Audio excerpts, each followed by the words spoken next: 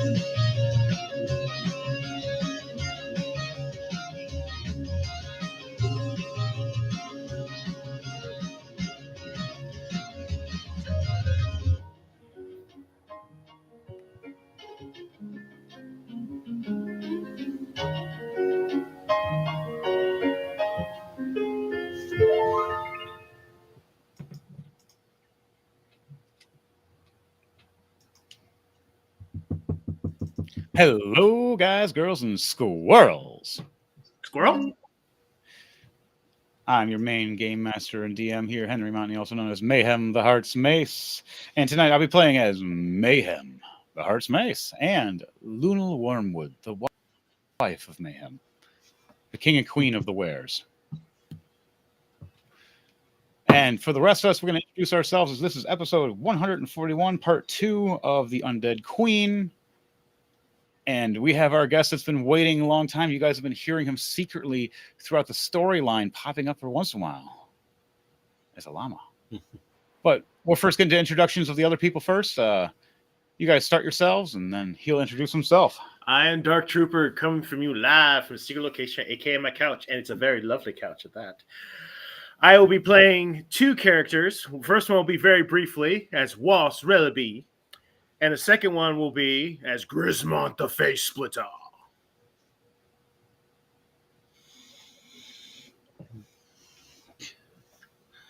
All right, and let's go with DJ Thunderbass, and then Llama have his intro. I'm bringing you music, and also playing as Valnir Nighthammer, and also as Zorag Lolgrim. I am DJ Thunderbass. Llama! All right. Damn it, Llama. All right, Llama, introduce yourself. I'm Llama. I will be playing Grand Dark Sage Llama. Llama. That's his Llama talking. By the way, he's technically he'll have two characters as Llama that is his familiar, and him as himself as Grand Archsage Llama. I will spit on you. While they're all sleeping and resting for their final moments before the energy shield goes down that protects them through time. Back at the kingdom. I would like for Edward Knight and for Ross to both roll 2d20 for me for rolling to die, and let me know what those 2d20 are for those two characters alone. 20 and 11. A 20 and a 15. Dark 20, light 15. We'll do the opposite for Edward, for mine. Okay. So 20 and 11 and 20 and 15. Okay. You guys did good. And the bartender. A 19 and a 4. Nice. So, in the gloom of the shadow, around, while you're listening to this music shine through the ceiling from these magical speaker boxes through magical means, you see this bar, dark in the gloom of the Were Kingdom, of where Mayhem and Lunal reside, and Valmir and the rest of the team from the Blood Saints. Where the bar section is of the pub, you see only a few lights on, a bartender cleaning a glass, having a few drinks ready. You see a man sitting there on one of the stools with his long coat on and hat, swaying one of his favorite drinks. Ross, would you like to explain the drink you're swaying as you're sitting down next to the bar? I'm swilling a nice whiskey on the rocks. And you forgot to also see my revolver on my hip as well.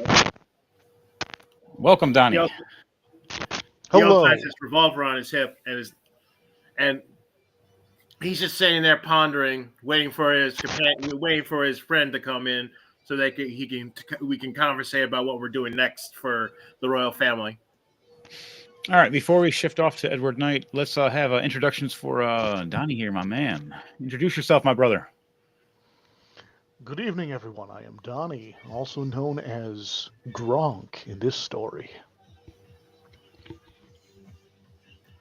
Awesome. It's been a while for Gronk. He is. It is, yeah. So for those who are not in the know, I took quite the hiatus, likely combination of things, partially due to technical issues, because there are certainly a good handful of times where I tried to join and, well, for some reason I wasn't able to actually stay on for very long. Yeah, your sound was having scrackles really bad and connection issues. Right. Not sure why. Yeah, that and I just kept on getting like booted off the thing. But yes, Gronk is that was weird too. Yeah, is my combination barbarian and wizard. He's the most powerful wizard, the creator of something known as bonkomancy. And the mayor. Yep. And a mayor. He has been a successful mayor in this story, which reigns. This is 30 years in the future, by the way, for Gronk.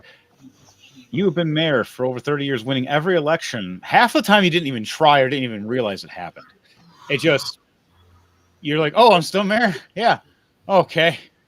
Can I go out on an adventure and bonk something? One debate's like Aristotle just stood up and flexed. Right. You just walked up when people were choosing to vote. You walked up to your big club, your big hat, the biggest hat anybody has ever seen. Right. And the biggest loincloth, too, dragging across 10 feet behind you. Exactly. So, And yeah. you flexed once and everybody voted for you. And they just never stopped. That happened to be the poster that they'd put up every year, too. Right. Yes, another feature about Gronk for those who don't know. Jeez, and that poster's outdated. Yeah. Oh, yes. And Is so while the fact that my clothing is enchanted for every level in wizard that I gain, the hat grows larger. But for every level in barbarian I gain, the loincloth grows longer. Yeah. So, with this, Gronk, as he has been sitting there for years, in his studies, in the Mariel office, where you've turned it into a training gym half the time for bonkomancy, and you're utilizing it. You look at old pictures of back in the day fighting 30 years in the past with the Blood Saints. Pictures of Valnir and Edward Knight, or Valnir and Mayhem, and it turning into the were creatures next to you, laughing at them. You looking at pictures of Lunal casting a spell as you're pointing with a funny written note saying Bonkermancer's stronger. You seen Thordak flying over, hitting somebody with a mace across the face super fast like lightning, and you're going, I can do that from a distance as you do casting your bonk from a distance. You reminisce on this image and go, man, Just one more fight. If I could just join the Blood Saints again for one more after 30 years. Randomly, Getting soft and pudgy. in the ether, the great mighty llama, sitting there bored, watching everybody do their thing as he already woke up, hearing this, snaps his fingers, and the globe orb glows, showing Gronk. For every time someone mentions the Blood Saints, his orb glows, so Llama has to check it. Gronk saying this and stating this. How does Gronk explain how he wants to come back to the Blood Saints just for one more batch? The good old time's sake. Right. Well, presumably in my town that I am mayor over, I would have likely established with my vast sources of wealth a bonkomancy school. It's also really just a gym. That's even funnier. So you have that, and you're thinking about this stuff and looking over. Yes. So I'd be reminiscing upon my trophies, my different figurines of flexing wizards. That's even funnier. Even one of them is actually the cover picture with Llama on it on the front. Nice. All right, so you see a portal that starts sparking behind you as you're sitting there reminiscing. Llama, before we get to Edward Knight, what does this portal look like before we shift over to him? What color portal, and how does it start protruding behind Gronk in his mayoral office, standing there at a picture of all of us from back in the day? Even a picture of you just sitting there at your table, casting spells, laughing at everybody.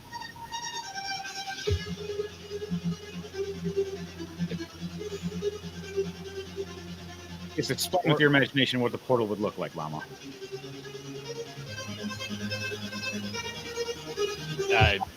A orangish blue glow emanates around. It appears in the shape of a gateway. The doors slowly open.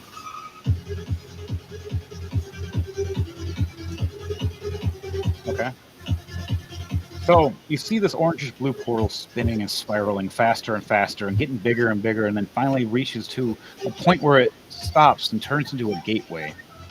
You see the doors, like bars, creak open as the portal webway from a blue and orange spiral spinning around in a circle dissipates, and you see a platform.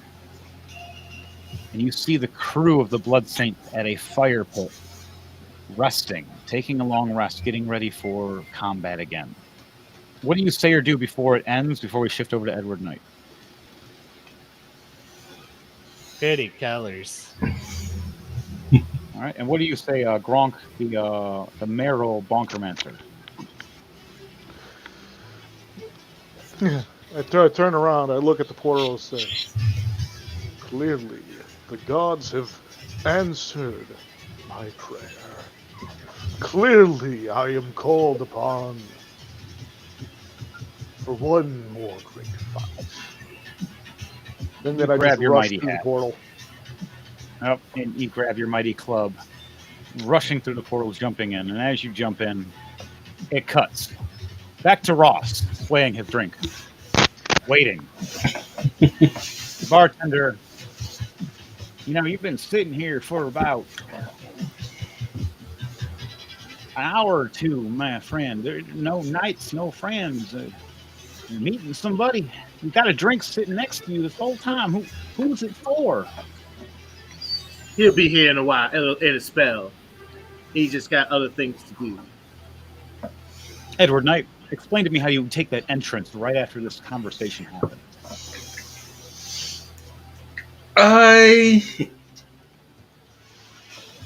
Since this isn't a tavern, right? It's the Kingdom's Tavern inside the Kingdom. This is the Were Kingdom. Edward Knight's been here several times in the past.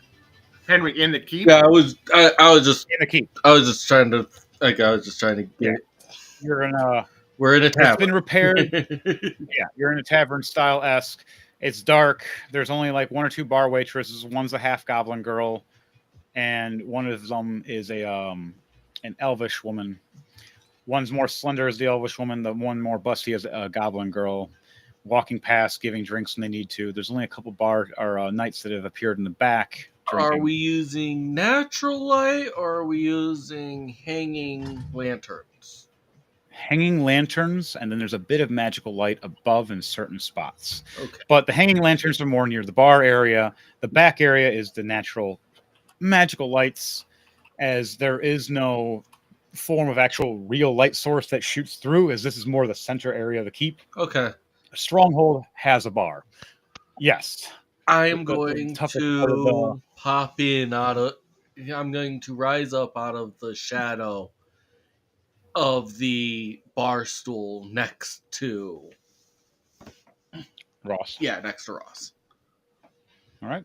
So you just this shadowy figure. What does Edward Knight look like at this time when he's rising through? What is his gear or equipment? You've gone through all this stuff. You recently watched Tomb Crawl die. You have your mourning still. It's been a couple months, but He still It's wears his still- cloak with the hood up when he goes through the shadows. you raise up through the shadows and appear like someone just blinked and you were there sitting in the chair and seen you just perfectly form up to the chair like a shadow just appeared and then finally gained life. This black cloak over you, fiery skin and hair. The drink finally grasps in the hand that has been sitting there alone, waiting for someone to cup it. Ross has shooed away several people already that came to try to claim the free drink, thinking it was for them, but no. This was especially for Edward Knight. And the one who were very persistent, I just flicked the length of my coat aside and showing my revolver, and is putting my hand, and is tapping my fingers on it, going, "Please try." As you would do that and open your coat, they wouldn't just notice your revolver. They notice the sigil on you. A double 17 is perfect. Thank you. Critical. They notice a special sigil on you. That was weird. And see, it's for the royal keeps of the Purple Queen of Death and the Were Kingdom. And they step back and go, "Oh, fuck. He's a special order." And they would turn away, ignoring you or being fearful of you, realizing that if they messed with a special assassin, they would be assassinated. As the last person you ward away, moments later after the bartender talks to you, I want you to roll a perception check for me to see if you catch Edward Knight appearing or not.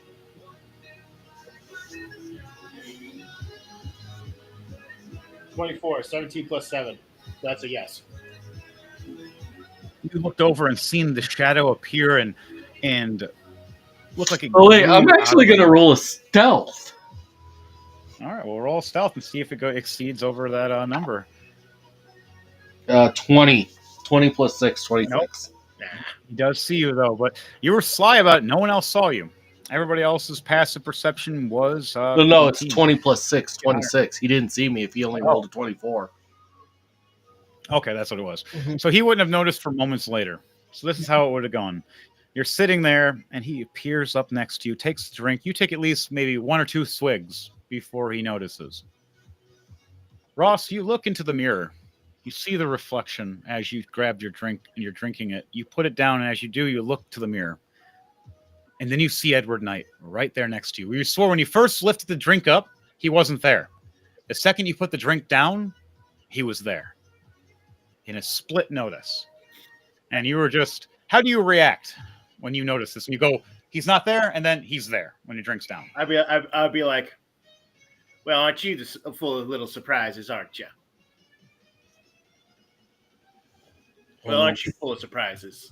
Well, when the shadows are your allies, you can make an entrance without even making a sound.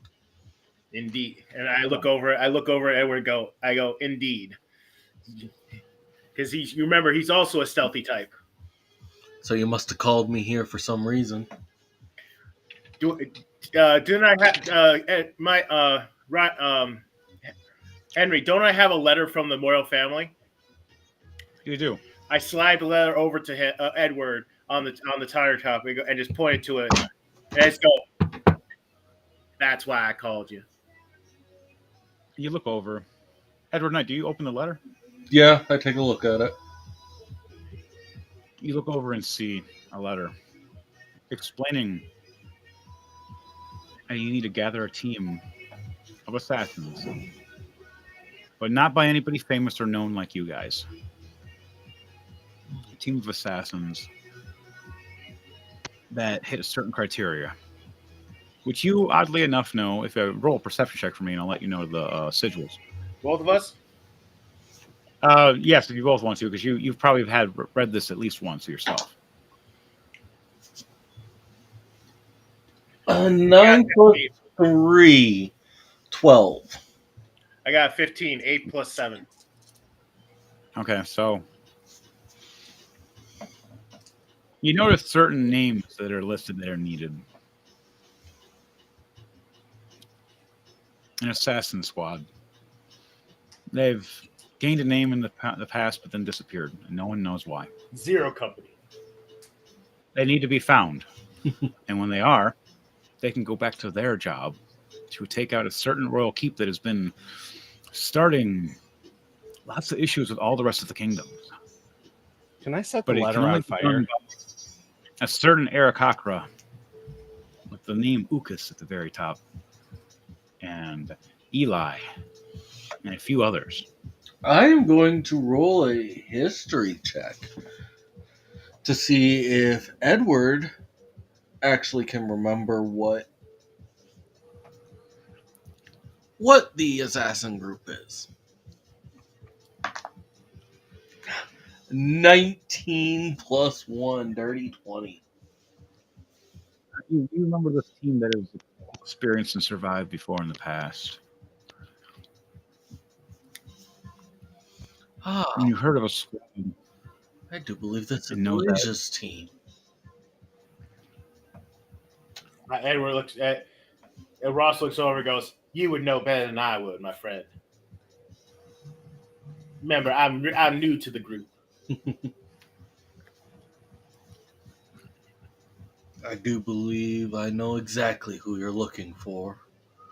And I think I might know where to find them. Well, isn't that a great thing? All right. As you guys have this conversation, you notice a sigil on it. The sigil being of a wax form with a llama on it. Llama, would you like to explain what happens to the sigil after they read the notice? It self-destructs. That's pretty much what I was going to say. I was going to say it just sets itself on fire. You see a sigil of a wax llama wink at you. It also spits on them first, then sets itself on fire. It tries to spit, and as it does, it hits the page, and the whole thing just right on the table, right in front of the bartender, and him going, "Oh, wait a minute!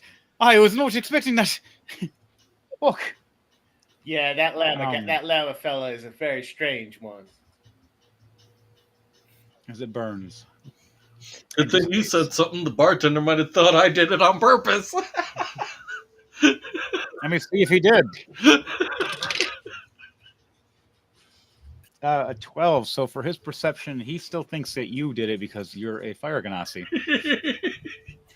You shouldn't be touching things like that. I swear. Get around alcohol. You know what? You're right. Get the fuck off my bar. My pub is not going to catch on fire from your fire ganassi ass. Oh, why are you even here? Oh, I rolled a 13. What? Oh, geez. Yeah, if there's any alcohol spilled on that table, yeah, it's catching fire quickly because of my aura. I have that flame Oh. that's always around me. As he says this to you, you flame up for a moment, and the front of the table just. Ross puts it out. Oh, you're serious? Now I have to go get the mages. Fuck you. No, And he and the Ross puts his hand up and goes, "Hang on, bartender." Using his druidry skill, he puts the fire out with a snap of his fingers. All right, no tab for you then. You're good tonight. Please don't do it again, you fire and also son of a. As he looks away, cleaning his next glass vigorously, shaking And his head, I look at the bartender. It's like, you live around with Llama and Lunal. Do you honestly think this is the first time that I do? Do you honestly believe that this is the first time this place has been set on fire? No, to be honest, it was actually mayhem. He'd freaking get angry, and his weapons would just ignite lightning or fire, and everything would burn. Same with Llama and Luna were usually the ones trying to put it out. Same with that. I also heard rumors of that Grismon fella also setting the place on fire once or twice. I can't count how many times for him ever since he joined. Holy crap. He just shakes his head and puts his head down. He's like, he looks over and sees tally marks, and Grismont's is just like 15 more than most people's right now. And he's just like, the biggest bar brawler I've had so far, and I thought Mayhem was bad. Holy crap. I thought Valnia was bad. Especially when they're drinking together. But this green fuck. Shit. And he looks back and just like, you guys go fuck off now. And he asks the rest of the knights if they want their last rounds for the night before I generously fades back on. I flip him a gold coin saying, for a tip, my fine fella. Thanks. This will cover at least the alcohol you consume. Jeez. And then you guys head off and find out the Shadow Blades later on in their assassin group to go quest. As you have to find another character to help you guys with that later, which I'll fill you in on that one later on. We're going on an adventure. As It's Edward adventure departs, time. there is a shiny platinum coin sitting in its spot.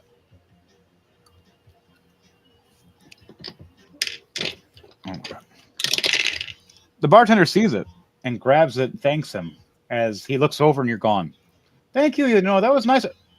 Where the fuck did he go? Who the fuck does he think he's Batman or something? Jeez. Well, technically he is. Hey, Batman did not deliberately set things on fire. He did it by accident. Right? This is Firefly if you fuse with Batman. Or it's Red Hood. But probably Red Hood. You look back. Henry, he was trying to make something for his breakfast. I just say that because Edward's got a cloak that can literally turn him into a bat. Yeah, it's even funnier. You're just gone. He swore he saw a bat fly past. He freaked out for a second when he said that. Ross is gone too. He just sees the knights getting their beer, slapping the one goblin girl's butt as she's coming back for more drinks. And then it fades back over for you guys going to that submission to the Bloodstains. All right, I'd like for everybody to roll 2d20 for me for roll to die, and let me know your top one is a light, your bottom one is a dark. Okay. Unless you have light and dark dice already. 14 and a 5 for me. 18 come on. dark, 9 light. I got a 4 and a 1. 18. You said 9 light and 18 dark for you. Yep. And what was yours, Chris? A 4 and a 1. Ugh. Oh, damn. Grismont gonna have some problems. He rolled in the fire. Llama? 19 and a 14. 19 and a 14. And then Donnie. Oh, sorry. I got 2 17s. Oh, I got a critical. That still works. Really? Hell yeah. All right. All right. And Dom will be here later, he says. But on that note, all of you. What about Donnie? Did Donnie roll 2? Yep. Donnie rolled 17 and 17. Okay. Yeah. All of you wake up slowly as a portal opens, it appears. I need you to do an acrobatics or athletics check for Donnie. You get advantage for this one, and then Grismont, you get disadvantage. You said an athletics check? Yep, and then for a dexterity check for Grismont. But for Donnie's Gronk, you get advantage on your acrobatics athletics to see if you catch yourself from flying into the portal or through the portal to the fire. And I need you to roll a D100 as well because that'll be separate. Okay, so 15 plus 15, 30. And I have to And then roll acrobatics as well for disadvantage, you said? Yes, disadvantage for you. You said you also wanted me to roll a D100? Yeah, so D100, that is for your teleporting position. Well, I got 25. double 10s, 20. All right, You don't get double to set the 10s. door on fire. Nope, but you still get slammed into and kicked by another orc. Ooh. Wrong. You get kicked over the fire instead of into the fire. Oh. What'd you get for the D100, Gronk? 25. 25. Ooh, okay, this will be funny. You jump through the portal, flying forward rapidly. As you do, you see this green structure of a man getting up and waking up and looking over. Right as you do, here's Gronk the orc slamming into Grismont the orc. Whoa! You guys take 7 points. Yeah, 7 points of bludgeoning damage. As Gronk, you fly, or you stop where you're at after smacking into Grismont. Grismont, you fly over the fire pit onto the opposite side for a moment. Oh, yeah. Somehow he is still asleep. Your score's still getting a crit. You land on your feet, waking up, going, "What just happened?" What do you guys do for that moment? I'll be right back as you guys state things. It was a tense moment. We looked at me. I looked at him.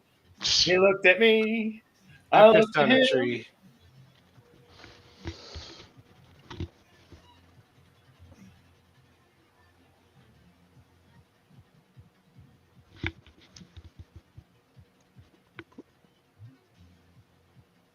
And I looked at him. Right. Hey, so real quick, so what level are we supposed to be? I know that we're all like over level 20. 20 at this point, but We're all supposed to be at level 20. pardon? We're all supposed to be at level 20. Well, yeah, but last I remember specifically with this campaign, we'd been going over level 20, but because D&D Beyond is a little retarded in that respect, that it does not allow you to go beyond level 20. Like, what the hell?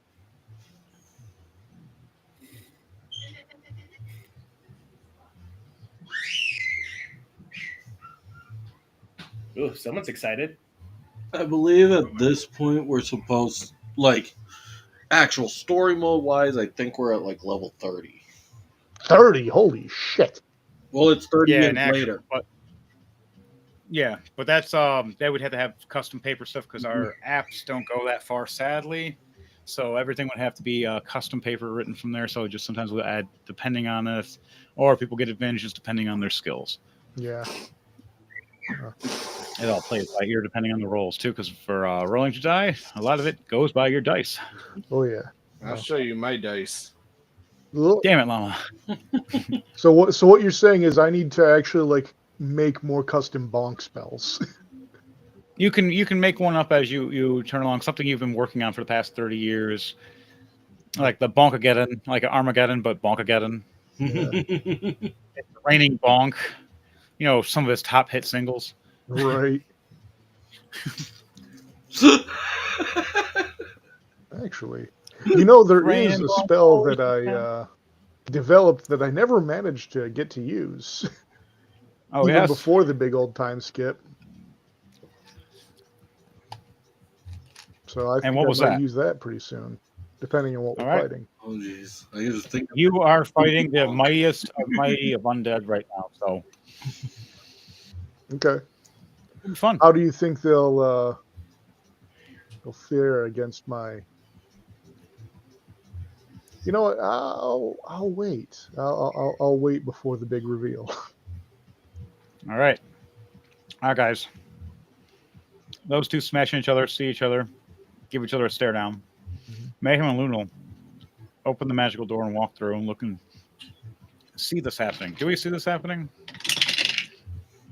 You tell me. The world may never know. Okay. So, Lunal sees it happening. Mayhem doesn't. As Mayhem's closing the door behind him, paying attention. Here's a thud, though, not sure where. Lunal sees this happening, going, oh, this is going to be fun. All right. Valnir, what are you and your guy doing, your knight, as this is happening? The knight walks out of the mud hut that I made. As once he steps out, it starts forming back down into the earth itself. So it starts going back to being flat as I walk out from the center where it was.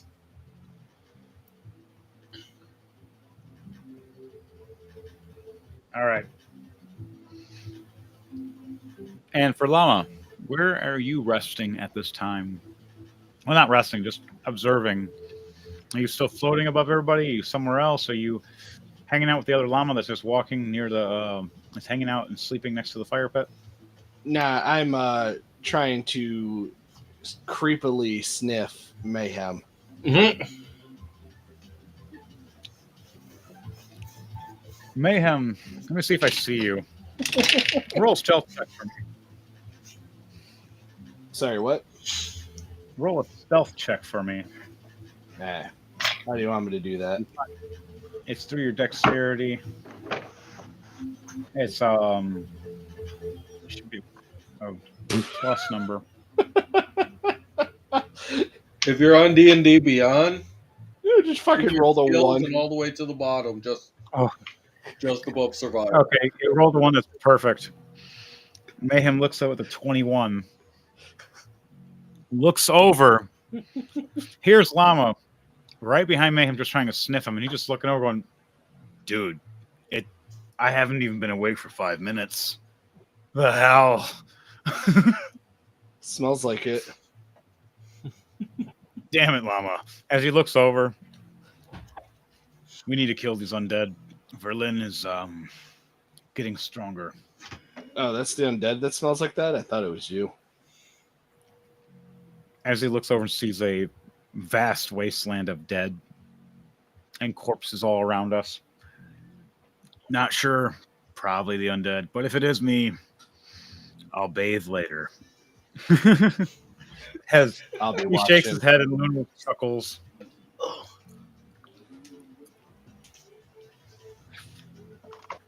Mayhem walks up around the fire. All right, guys. Everybody ready to... Hey, Gronk is here. Holy shit. Hello. It has been a great while.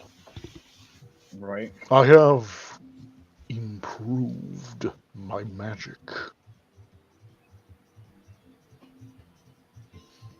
As he looks over, nodding his head.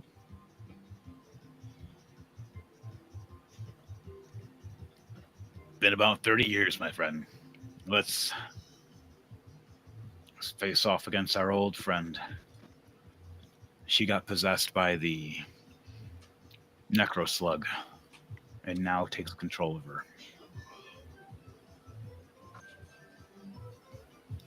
As he looks over and sees the portal orb above all of you that was created by Lunal and Llama, flickering, about to break. Llama, what is explain to me how it shatters? Like, how does it look when you when it turns off? How does what shatter?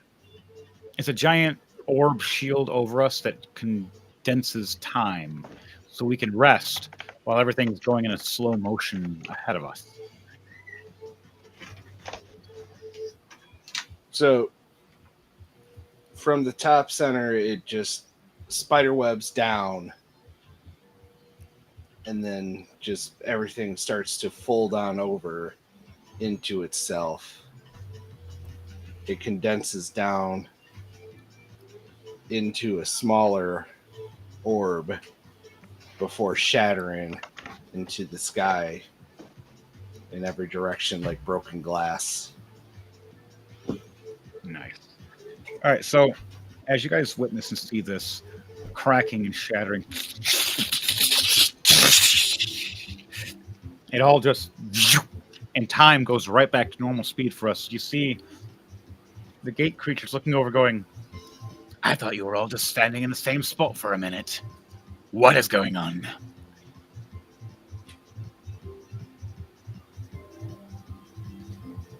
What do you guys do now as you head towards the gate to head to the bridge across? As Mayhem leads the charge ahead, Lunal floating in the air, turning invisible. What do the rest of you do to prepare as you head to the gate?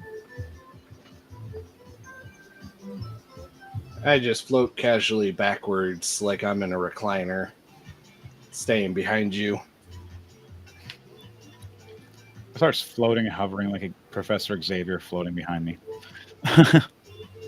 Backwards. Mayhem backwards, even funnier. Mayhem rushes to the gate with all the rest of you guys. The giant skull on top of this door-like structure with a giant gated lock in front of us looks at all of you. Ah, hello. You defeated all those different enemies. Grismo looks There's at a the problem. skull and goes, "What's it to you, you scully git?" This skelly git knows that crushing a bunch of bones and skeletons doesn't stop the undead. As you see it smile, its eyes light in a flame.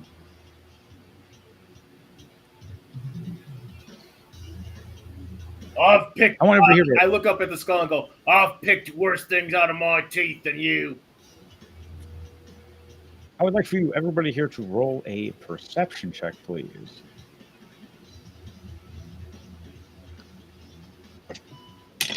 Which one is that? A perception check. I actually got a nat 20, winning. 9 plus 5, 14. It's in your llama. It's in your skills. I got 28. I got an 11 plus 1, so 12. Yeah, it's in your skills.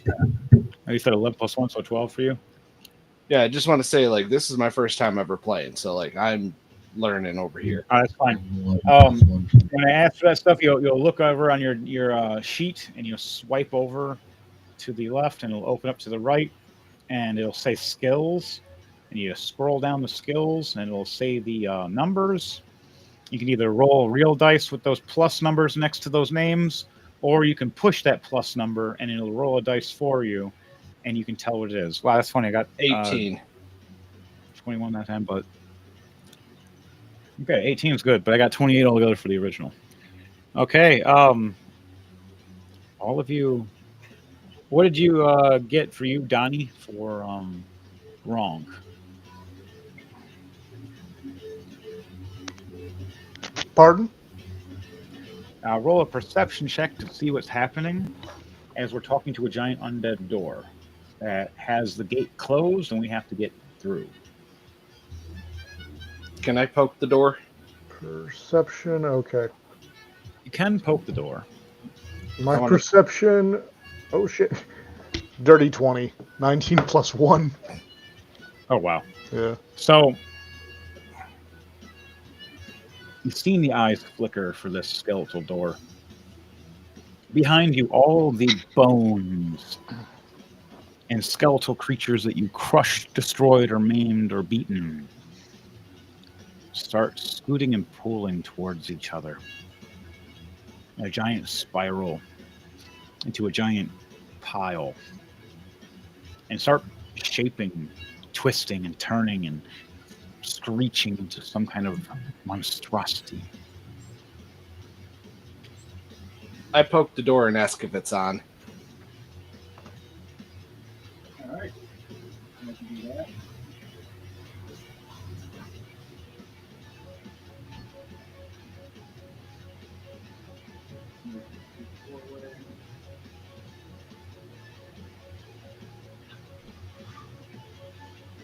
Llama, no!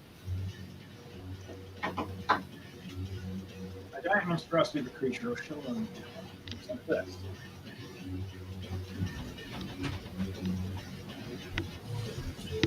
I'll make the screen bigger now.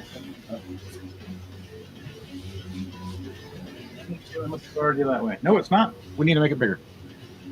Time to make the field bigger. That's what she Let said. my monster grow!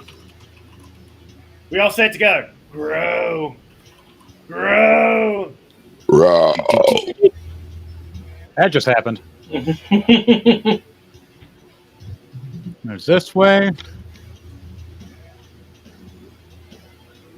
And there's this way. That works. There we go. As the whole field opens up. I don't even know where I went. I disappeared. That's fine for me. Your face disappeared. Ah, there was this one time.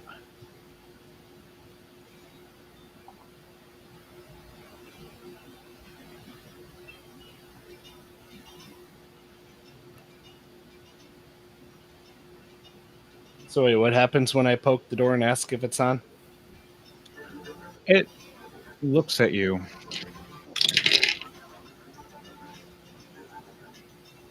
What is it that you desire? What's your name? No one's ever asked me that. But my name is Gregory. Gregory the doorkeeper. Were you named after your uncle? He looks back and forth for a moment in shock and awe. How would you know that? I've been here for 10,000 years. My uncle's been around for 50. Wait. How old are you, llama? That is poking me. I lost count after 500,000. That's a rude thing to say. Griswold looks up at the door and says, that's a rude thing to say, to ask. What? Well, did an orc just insult me? And do you tell me you're the old? And you know you've been around as long as the necro slug. Since its inception. Wait. Were you friends with this before it became the necro slug? As the skull looks at you with shock and awe. I think he's one of my godsons. This is going to be an awkward kill then, isn't it? As he looks over. Or is that what the team's for? Nah, who knows anymore? I mean, he lost his way probably a good 200,000 years ago. Wanting everybody to die and just be a servant. We all used to just die and live life with the living. Until he showed up. Time is a fickle mistress.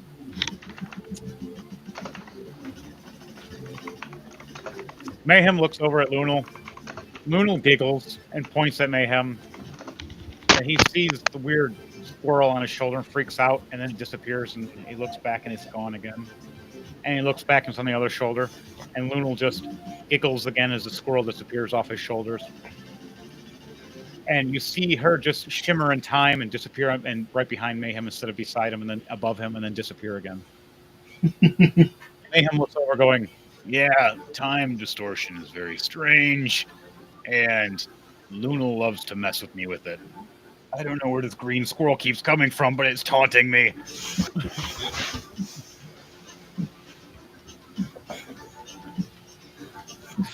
How do we open this door? Well, all you have to do is ask politely and answer a riddle. Those are the two things I require. 3, technically, because you have to knock. I'll show you how to knock. Griswold grabs his hammer and slams it against the gate. Roll an attack for me.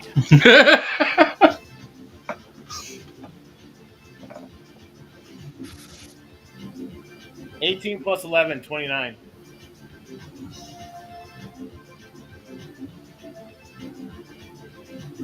Okay.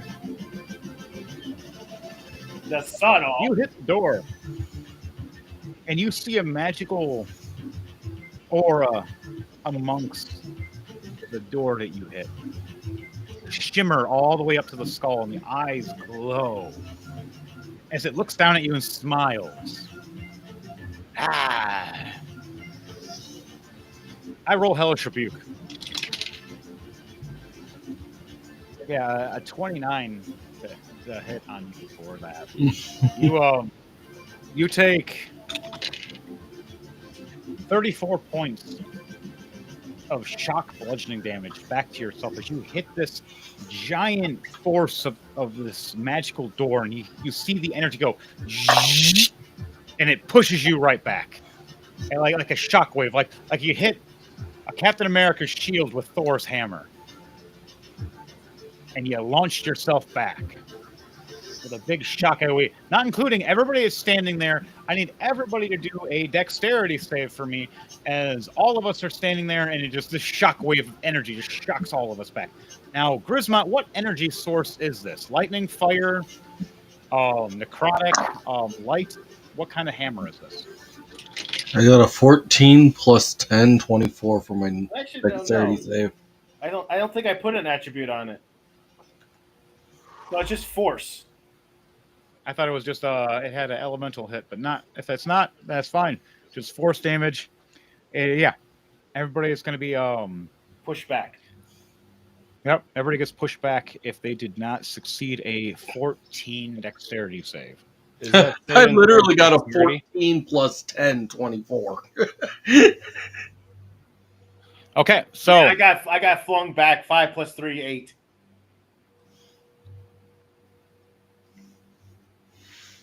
I had rolled a 18 plus 8 for my investigation. I want to see if there's like a door knocker on the door.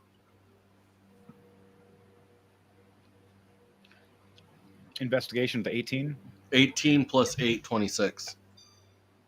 26. Okay, 26 does get you though. You look around after the shockwave as everybody hits the ground, and now the whole door is clear from anybody standing in your peripheral. You stand up as this Goliath, being at how tall are you? 6 foot, 7 foot. 8, 7 foot tall Goliath, standing up with your knight Goliath next to you. He is slightly shorter than you. You guys look back and you look forward, and you see this knock pad and a language on it. Oh, he's actually 7'5". Oh, wow, even bigger. Mhm. So you look at the language, and it's written in a common language.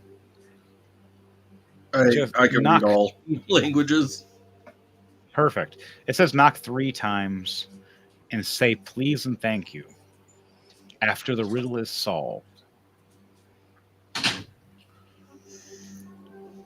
You got to ask what the riddle is before you attack the door. As it starts laughing and chuckling at all of you. I look up at I look up at it. Will you please let me know what this riddle is I may need to answer? I'm so glad you all asked. You each get one answer, one try. A second will be shocked by my. So the riddle is, what walks on 4 legs in the morning, 2 legs in the afternoon, Really, Henry? and 3 legs at night? Because most people don't get this one. Most people don't know this one. Most that's people are easy. not Ghostbuster fans. That is easy. That's man. My grandfather As he when looks he's over, drunk. he looks at Llama and first goes, That's half right. as he looks over at Valnir, Explain to me your man complex. Is it You walk How on is it? 4 as a kid, crawling. 2 as a man, walking. And 3 with a cane as an old man. as you put your hammer down like a cane on the ground, showing him. He smiles at you as Mayhem going to go, I was going to say a dancing bear. As Luna slaps her head. Lunal Llama behind emphatically agrees with that bear. Lunal nods and goes, I'm with Valnir. He's correct. As the door goes, Yes. He is, and you may all enter, but those who answered as well incorrectly. take 8 points of necrotic damage as this field of energy strikes through each person that answered incorrectly. Do I take all that damage because I was half correct, as the door said earlier? Yes, you're right. You take 4 points. As he looks at you, goes, Yours is half right. as you see this gate creak open. Sorry, I need to be oiled. Ah, My pet llama attempts to pee on the door for lubrication. Now, is this a regular llama? Means, well, it is a familiar llama, but is it like a magical, or is this just straight up peeing? It's a magical llama, but it's just straight up taking a piss. All right, roll for a piss attack for me. It'll be a +6 to a d20 that you roll. Sorry, what was I rolling for again?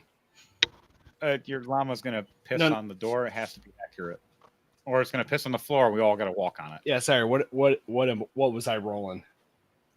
A d20 with a +6.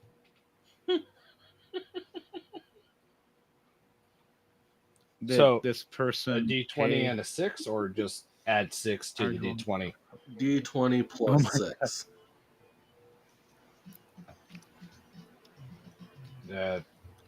15 on the d20. This person's having fun with it. There's a person that posted, "Are you all oiled up with baby oil?" No, we are not. Llama's not. I hope a llama's not oiled up with baby oil. No, I use WD-40. That poor llama. What are you feeding that llama?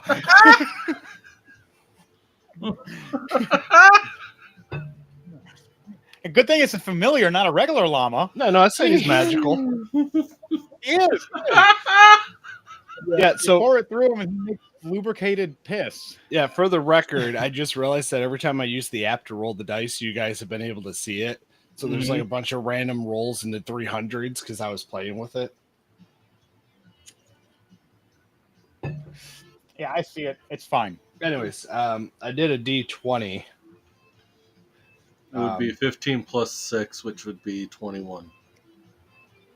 Yeah, so 21. Yes, a 21 does hit. I then ask if it is thoroughly oiled up. Yes, you somehow see this llama strolling up next to Mayhem as Mayhem looks over at you, llama, and looks back at your llama. Why did you?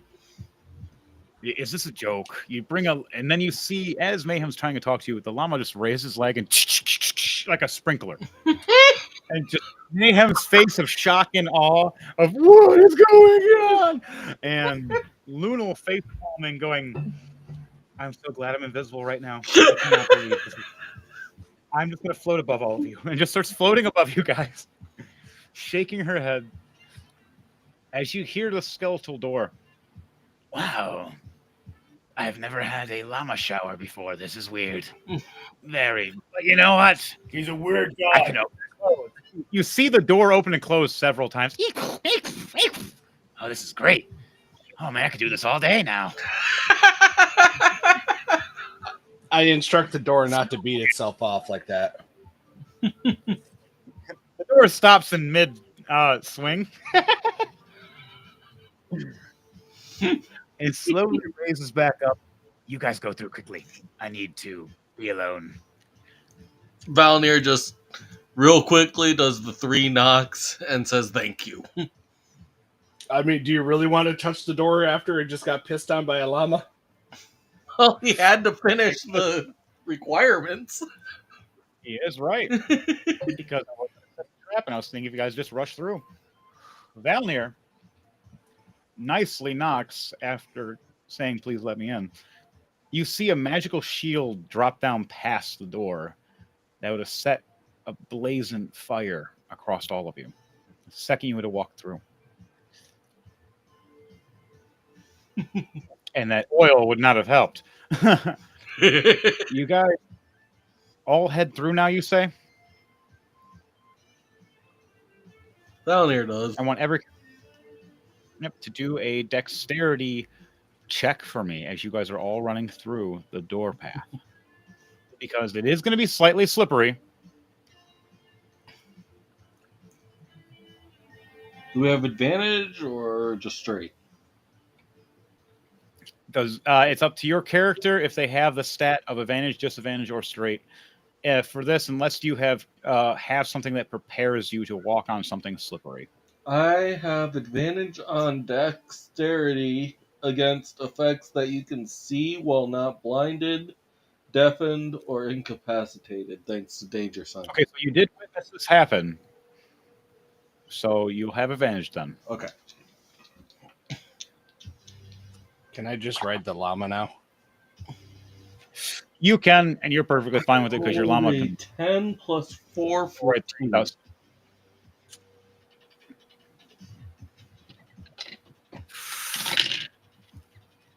$14 was a success. You need at least a 14 as I roll to get through this. So everybody else will need you to do a dexterity check to make sure you exceed a 14. If you do not exceed a 14, you do take half speed, and you may slip depending on how low your roll is. I instruct my llama to chase after Mayhem to pee on him.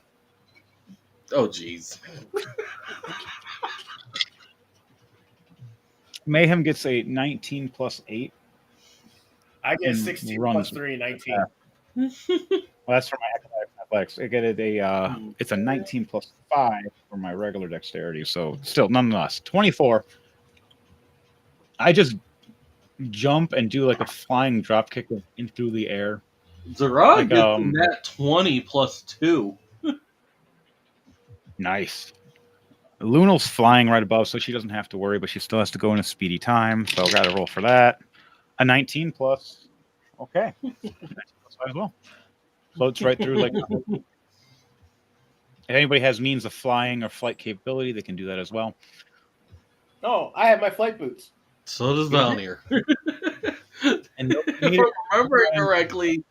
If I'm remembering correctly, right now, Zerag and Mayhem are the only two that can't fly. Yep. They cannot fly. The irony. So we land and crossed. Everybody's successful. What do we got here? What are you doing?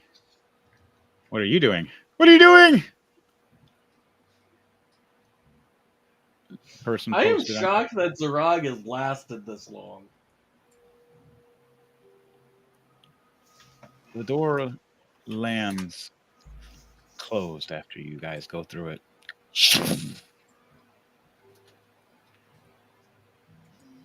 You're welcome from earlier hinges, stupid door.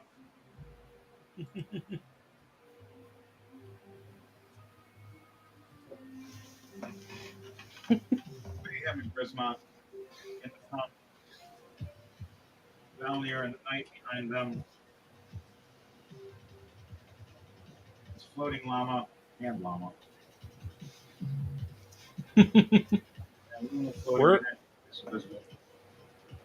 Where are we streaming on again? Restream.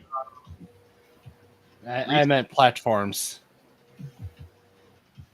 YouTube, Twitch, Facebook, X, and X. Oh yeah, I gotta share on X, so I've got to share for myself. And Twitch. Because why not? We're on a lot of things. We're trying to do more. More and more and more and more. And then Verse. we're also on my Facebook, YouTube, and X as well. Yep. 3 on mine and 3 on his, plus whatever else they're connected to. Hmm. We need to upgrade for more later, but that's once we shift over to the new studio, which we'll get to that update later in the future. Right now, back to rolling. Today, all of you head through, and I want all of you to roll a perception check for me, or what is your passive perceptions? If your passive perceptions do not go over 14, you'll have to roll a d20 plus your... I have a 15 for passive possession. All right, so with that, you can see normal things. If you want to see anything more, you have to roll for perception.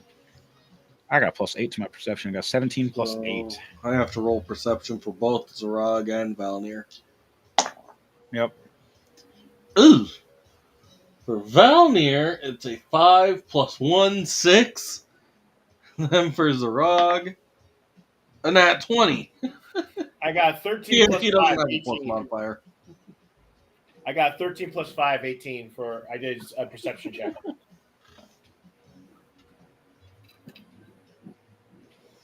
Jeez, Zarog's getting lucky today. Well, Valnir's not. So we're doing perception check. Yep. You can, but you also can check your passive perception on the front page, on the first page, to see if you exceed 14. First page, all the way down at the bottom under sensitive. Yeah, my passive is 13. Yeah, you'd have to roll your perception then to get any better. Yeah, I just rolled a second ago, and I forgot what it was already. A 16, 13 plus 3, 16. Yep, that sounds about right. All right. Got things shifted and moved over. Zarog's going to have to explain what's going on to Valnir.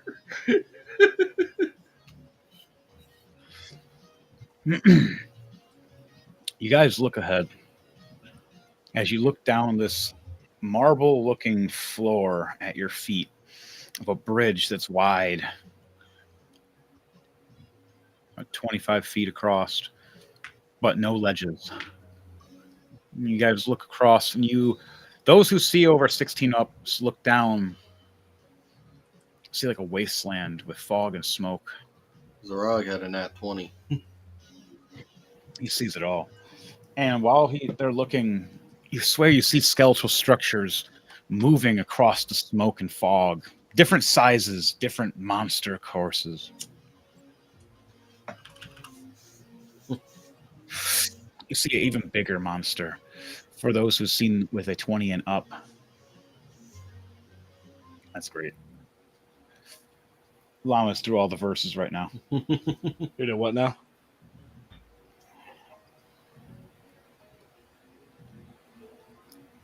Oh, you just wait. I was looking at your message. Zarog just says to everyone, "Hey, I think there's something massive down there."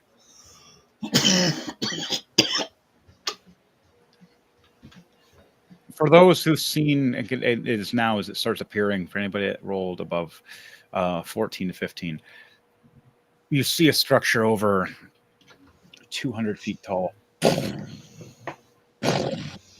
As you look across,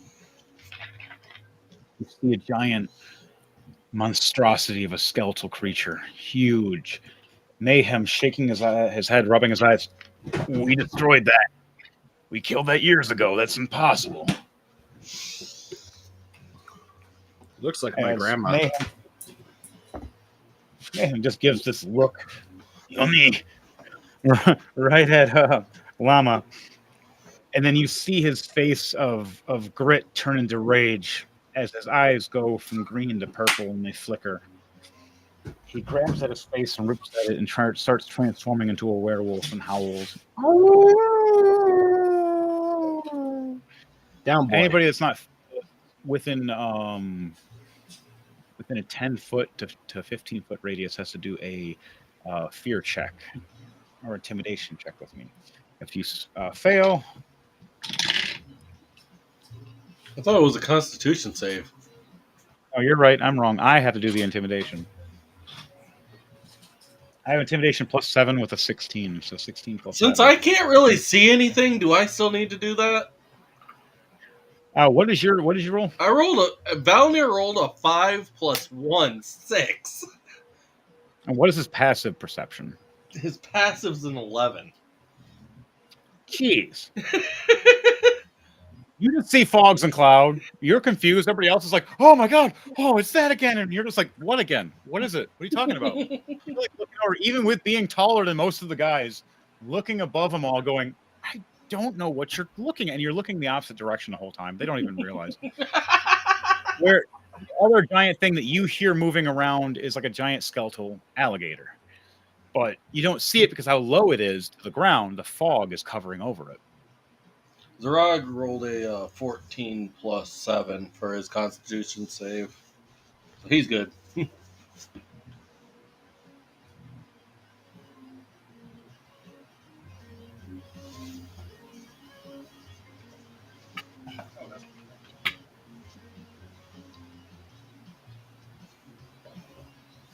Oh, the camera kind of only sees it. I wonder if I can shift it.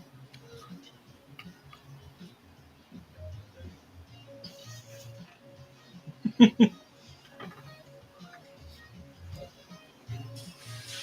that too much or just enough? Just a little bit. That's fine. There's a little more. Okay. You guys look over. You see this giant monstrosity moving through the clouds. It doesn't see you, as I rolled a perception for itself and it was 8. It's not needing to target you yet. It seems like it's not trying to be hostile. I want you to walk past it.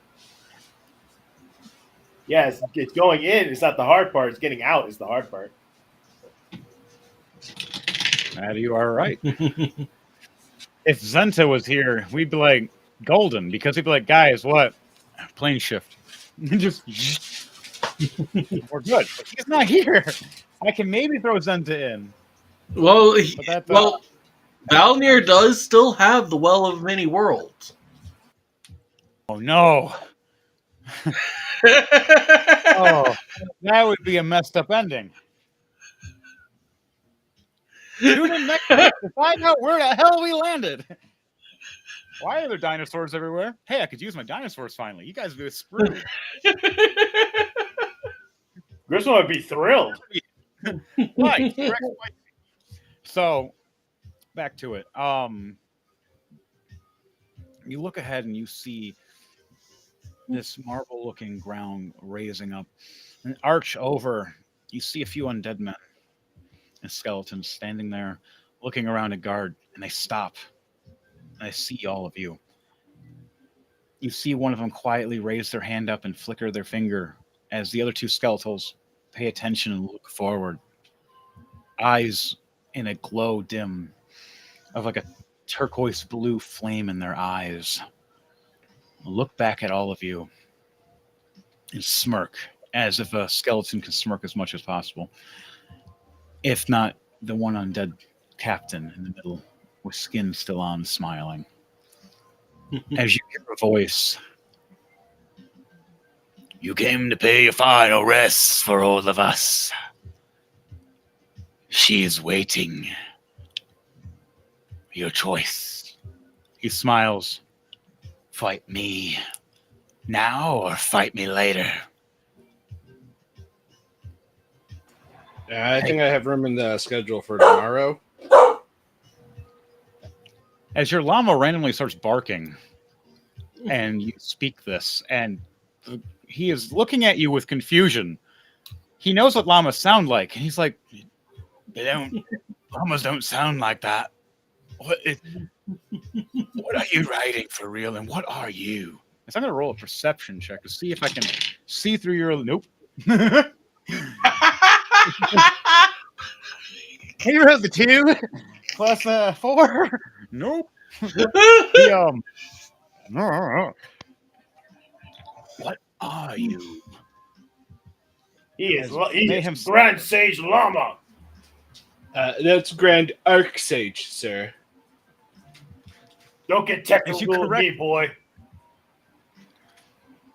And Mayhem raises above Llama like a giant monster. There's a werewolf now standing almost at 8 foot tall, transformed. Your llama barks back at Mayhem again, and he just shakes his head. So, let us pass, or we kick your ass. What is it? Hey, that rhymes. I've been reading. Wait, you can read? You hear it from an invisible woman of Lunal. We have been reading. Still working on your vowels. Jeez. Can you count to more Sorry. than 4 now? You can count? I got to 4. I can only count to 4.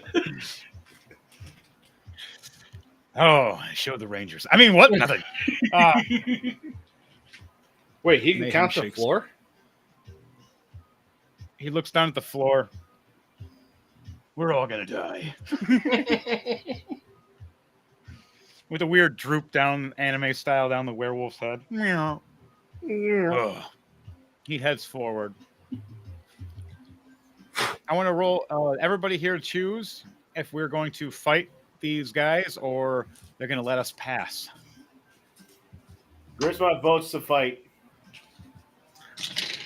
I pull out my coin. You roll 2d20. Your top one is your light. Your bottom one is dark. You tell me which one is which, and the higher number will win. Valnir rolled a tails. That's dark then. Oh, roll your. Griswold rolled an A. He rolled a what? Valnir rolled tails twice. Zarog, Okay, yeah. he rolled a tails. Dark it is. You guys are for fighting. And he rolled his heads for a second. So he actually So Zarog. Griswold being a 40k orc. My He chooses to fight Tail. the giant monster. To prove his dominance. my pet llama farted, so I said pass. Mayhem standing behind the llama going, I hate you. Oh, God, I hate you. Oh, you nasty little. He walks past angrily. He rolls 18 light and a 14 dark, but because you did that, I'm just going to re-roll. Yeah, a 17 dark and a 15 light. He's going to go and fight too now. He's like, I'm going to kill something. I'm just going to rage. He just starts raging. Running Valnir puts werewolf. his finger to his nose and is like, nose goes.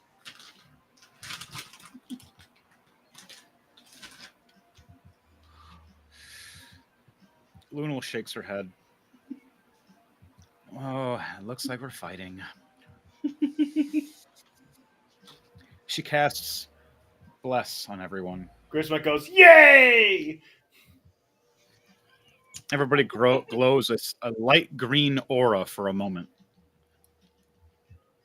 Pretty colors. Okay.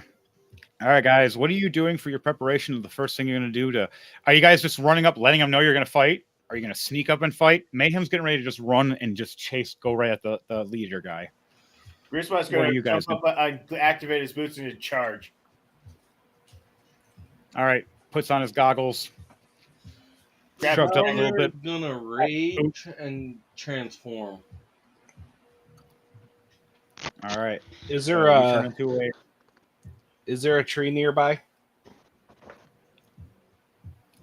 No, it's undead field, and if there is, I would say there would be a dead-looking tree that is within your vicinity, probably 40 to 50 feet around, but it'd be underneath. You'd have to raise it about 40 to 50 feet with telekinesis. All right, I'm gonna send my pet llama into battle, and then I'm gonna go and sit under said tree and take a nap.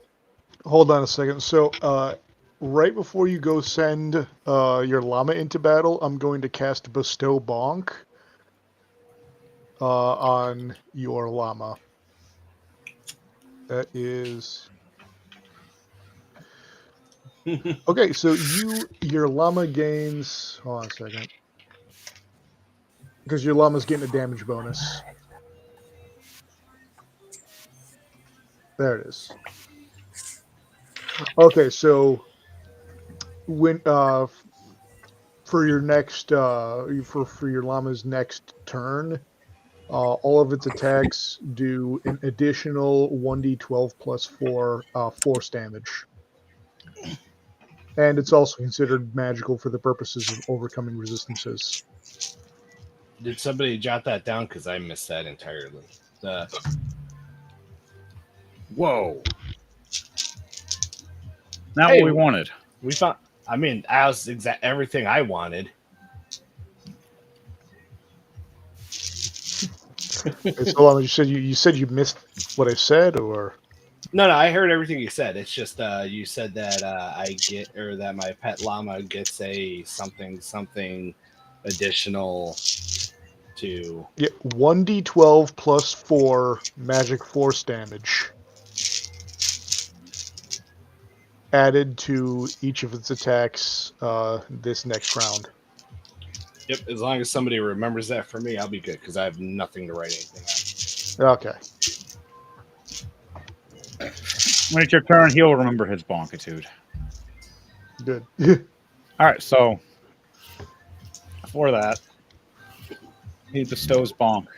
Llama, you Yeah. float off and see this magical tree grow that Lunal makes that gives a +5 to stealth to whoever lays under it. And Llama floats near the tree and gains +5 to his stealth for that time he's under the tree. Explain to me how you rest up against the tree before you the tree makes like a disappearing moment for you. Yeah, he's gonna he's gonna float, but he's gonna have his back against the tree while his legs just kind of float there, like sticking straight out from it. His head's gonna be in a downward motion with his hood over it, of course, and All right. he's gonna snore peacefully. Oh. What is your llama gonna do? Are you gonna cast any thing to it to make it just fight normally, or do you want to polymorph it into something to fight for this time? Yeah, I'm gonna polymorph him into a unilama, which just gives him a horn on his forehead. Unilama. A unilama. You could polymorph him into a dinosaur, or a creature, or a monster, or a dragon. No, the horn's a weapon. Oh god. It's going to be a llama that can just Stab people. Shish kebab. drill horn. Yep. Llama, drill horn. I call it my horny llama. Horn attack. Go. Horn attack. Totally I copyright. choose you. And in the fashion of a Pokemon, it just keeps saying the word horny llama. Mayhem just shakes his head. Damn it, llama. And claws both his shoulders and rips his shoulders open, doing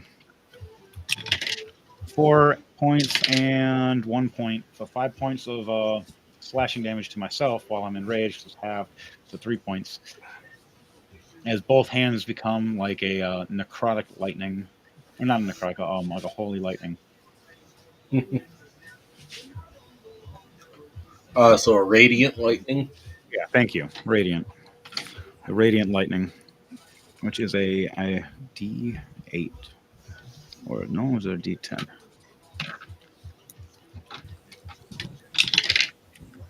Okay. All right, so my hands start glowing, and the blood drips down to my maces as well as they ignite. I rush forward.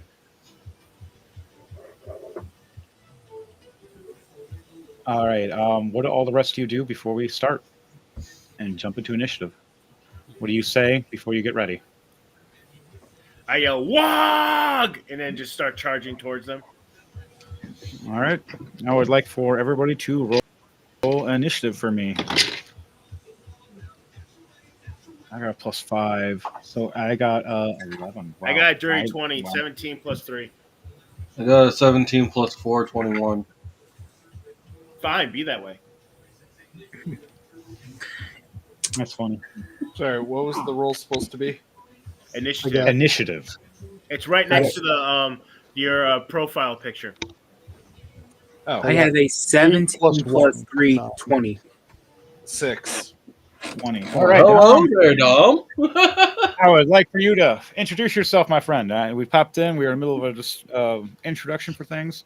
Now you can say hi and everybody. Hello, everyone. Dom, aka Sage the Intelligent, and sorry for the lateness due to returning from a Comic Con. I am here now. No those excuses. All the excuses. Famous actors.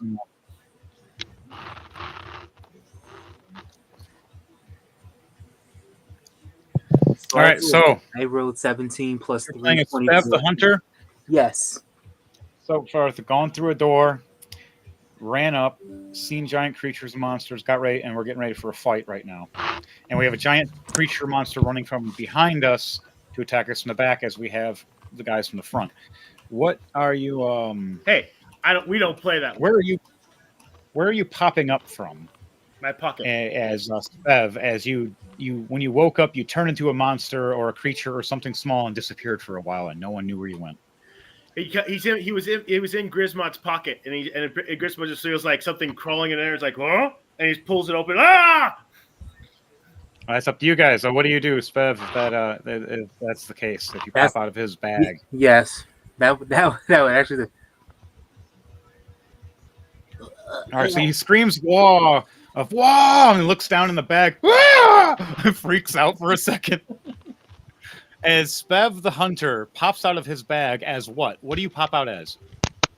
Scared the hell out of it. What is this thing that makes Grismont scared as hell he has never seen before in his life? Popping out of the bag. Is it something funny? Is it something silly? Is it something crazy? Is it something gritty? Or something he knows what has seen before? A praying mantis. I swear, and I yell at him, "God damn it, Svev! I am not your taxi service!" Well, your pocket sure was a nice bed. Thanks for the hotel stay. Wonder So a what praying mantis, a large looks- praying mantis, just jumps out of this bag. Wonder what green And looks like Grismont- to orcs. I don't know. They'd probably freak out. It'd be like, "You're the greenest, meanest thing I've ever seen. You even eat your mate's head." Like, it's something crazy. The orcs would probably respect the mantis. They're actually some of the most powerful things in the bug kingdom. They also have a horrible fate for the males. The females, well, they do too. They all do. It's really I am glad I'm not a bug.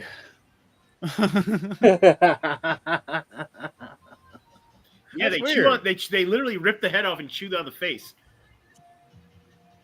Yeah, for nutrients, and then they let the rest of the body get eaten as well later on and give it to the They babies. do that after mating. Then the babies break out, the mom dies, then they eat the mom.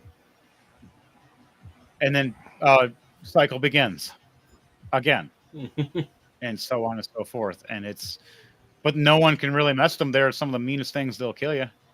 The circle of life. It's the circle of life. Yeah, Why not a square? because So, it's not continuous. That's what you think. all right. At every end, Steph there's a pops new out beginning. as a praying mantis, turns back into herself as this 2-foot, like tall woman, red hair, green eyes, and just a smug smile, just knowing she got it good, kicking everybody's butt. Now, mind you, Spev, I need you to do a perception check after you do a rolling to die, All right. so you can see what's around you. All right. I'm going to start with the rolling to die. So here we go. And Llama, tell me what your initiative was. You mean the initiative roll I did earlier? Yes. 6. Okay, that actually works perfectly because you should be going late. And Donnie, what about you? For you, before I get Dom's rolling to die, Pardon?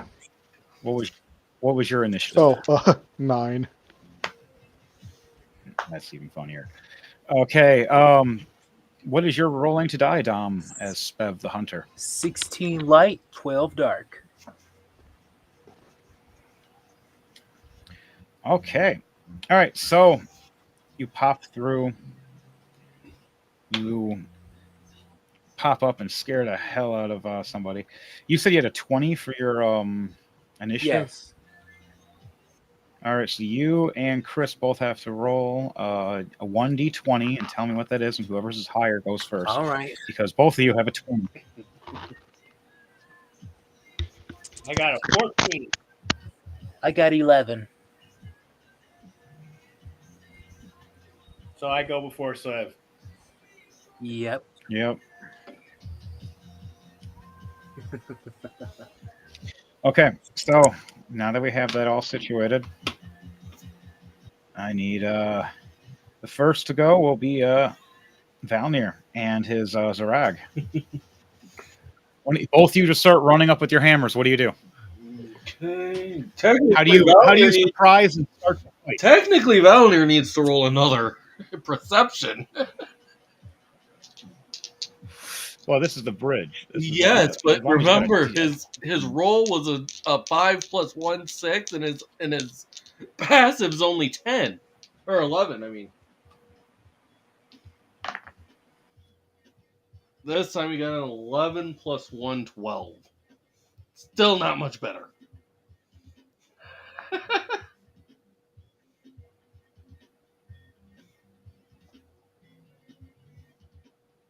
Can I at least see someone? Or am I still blind? Yes. You as long as you got up to a 10 or your passive perception is past a 10, you can see ahead of you 15 to 20 feet. Okay. So 7 + 12, a 19 to hit. Okay. All right. 19. Which one are you hitting? Whichever one I was running up to. All right, there is the skeletal dragonborn, and then there's the humanoid knight, or like Roman soldier looking one. You're on the left with, or you're on the right side with Valnir, and you're on the left side with Zrag, as they're both running ahead, right to the head guy, and two guards ahead. How do you react? Okay. So basically, Valnir's just gonna run up and hit the one that's on his side. Then I don't know which one that is. Second, I'm making things taller. And so that was a 19 to hit. All right, so the 19 does hit against the soldier with the shield. It's his normal one. The 17 is AC is a 19 you hit directly. 9 points of bludgeoning and 1 point of lightning.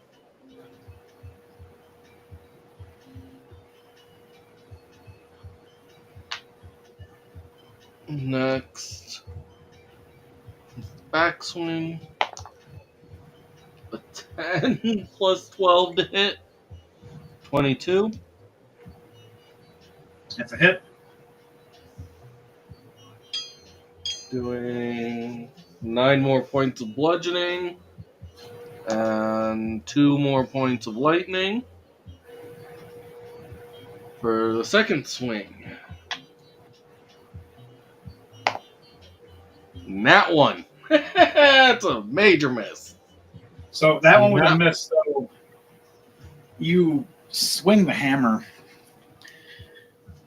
and accidentally graze off against Zarag, hitting him for half damage of what your weapon roll damage would be for that. Another 9 points. All right.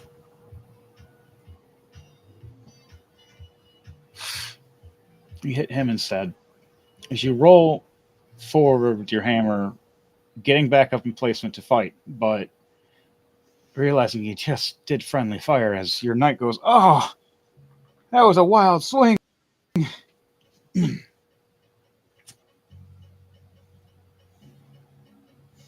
What do you do? And then he still has the backswing and the bonus action.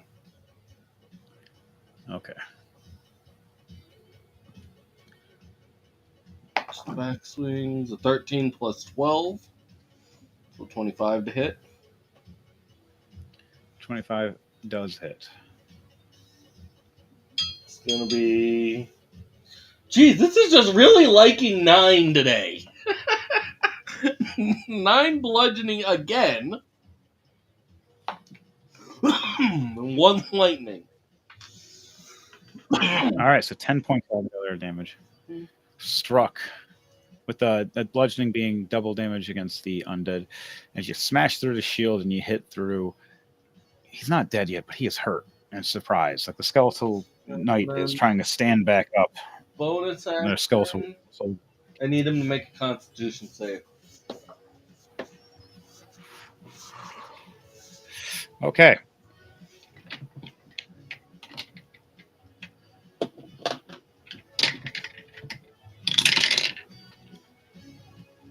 A 12. Okay. You are taking 36 points of poisoning damage from poison spray. All right, being undead, it'll take halved, but it'll be 15 points as it takes from the undead. Not really having flesh. Still hurts it though. Now it's a way above past. Surprised at this. Technically, it would be Goliath coming out of 18 points if you're doing half. Because the total was 36. You said 31, right? Oh, I thought you said 31. No, 36. Okay, yeah, then that'd be 18. Sorry, I misheard. I thought I heard 31. So still hurt. No, where's the Close to rock? dead, but not dead. All right, now how's it going with that leg limping? He's still pretty good. He only took 4 damage since he was taking half of that. And we lost someone. Lose. We lost Donnie. Donnie.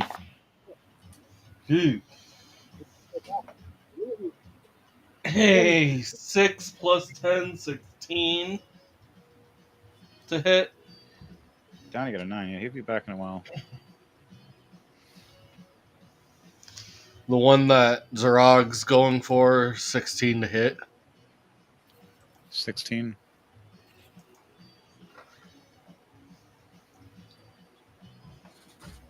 Does that hit?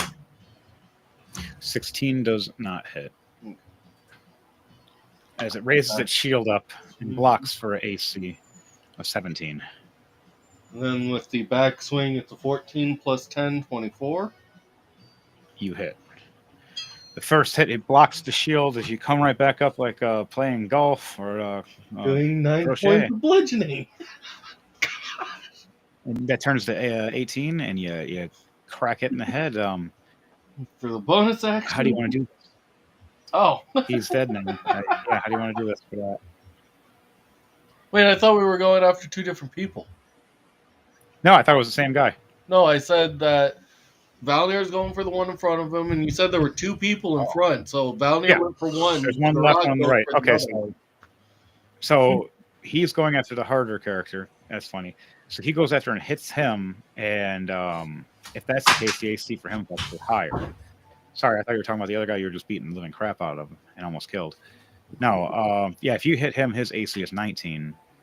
Yeah, the backswing was still a 24, so that's still 9 points of damage. That one still hit. He took that damage. As you look up and see this undead dragonborn smiling at you with its skeletal features. Bonus action Pulling on. is an 18 plus 10, 28 to hit. Doing 8 points of bludgeoning damage. Backswing, 13 plus 10, 24 to hit. Or 23 to hit. 23 hits. Doing 12 points of bludgeoning damage. And that's all they can do. All right, so that'll end their turn. I just realized I still need to roll for the hands. Oh, yeah, you can do that. Get them summoned now, but that'll be the end of your turn for you. Not 1 and a 4. They didn't even show up yet. They're still sleeping. They're just waking up, seeing a giant skeletal creature freaking out in sign language. Yeah, the dice is like, yeah, no, you ain't getting these two. Donnie's back. All right, so Grismont. Where is Donnie? I don't see him back. Says he Someone returned. said returned.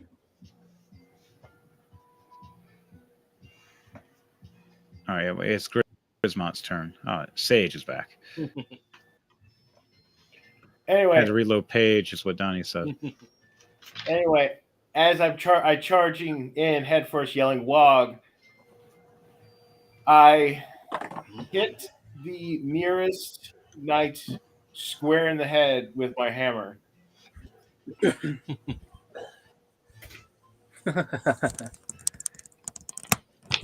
is it? I don't know where Donnie is. I'm waiting for Donnie to pop back in. He'll pop back in a little bit. All right. So Grismont, do you rage first before you do anything, or is that what you're doing? Yeah, fine. Let's rage. All right, you rage. Then you're gonna do this. Yeah. All right. So which one was it you're attacking? The one in the middle. All right, you're gonna run past the other two as they're fighting. The other guys are more occupied and pay attention to them. You are gonna head forward to him. He's gonna have retaliation. So the second you attack, he's gonna attack back. What is your first swing? Right to his midriff. Because he sees you coming. I got a net 20 plus 11, 31. All right, so you definitely hit. He tried to hit you with a 17, but I think that misses. That does. I have 18. And I do 10 points of damage, but since he's undead, I do double since it's my hammer. Yep. And I So hit, that's 20 points. And I push him back 10 feet. All right. So he slides back under the bridge cover cove in the shadow and the darkness as you see him slide back.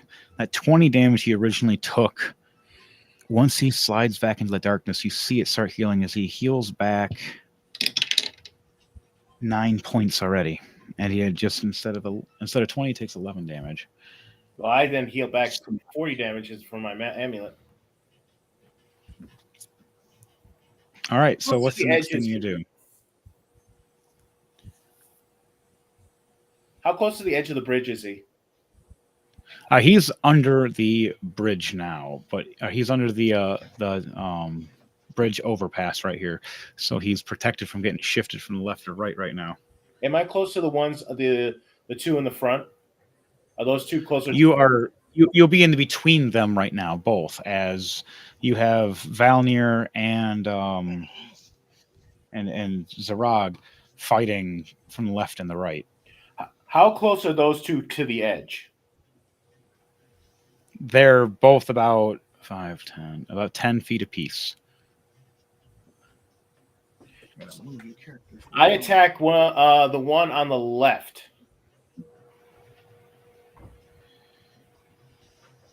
With my hammer again.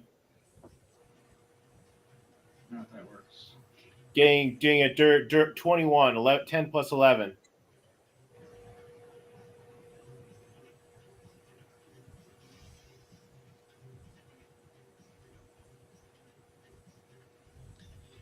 All right. I got 10 plus 11, 21.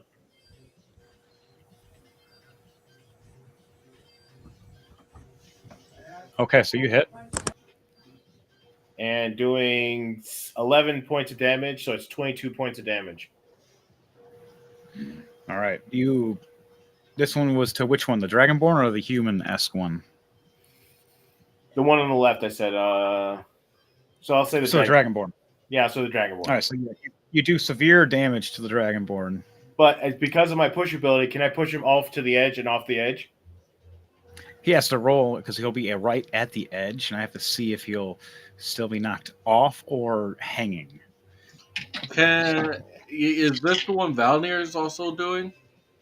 No, this is the one that the other guy, your Zarag, is Zarag? fighting. Can I use Yep. his reaction to help him in pushing him off? Yes, you can. What would you like to do to help it so you guys can do a double KO here, or a KO for this guy? He is going to help by swinging his warhammer with him. It's a 15 plus 10. 25. 25. Okay, so with that, both of you at the same time look at each other as you see Grisma swinging back this big hammer. Zarag takes note as working with Valnir swinging a hammer, goes, I guess I'll do it at the same time. And you both swing at the exact same time and just hit this creature right in the chest, and he just slides him right off, far enough away so he can't even grasp at the edge.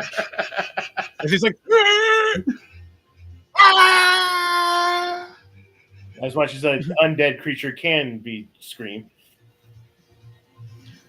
you hear thud and cracks, but that's about it. And crunch.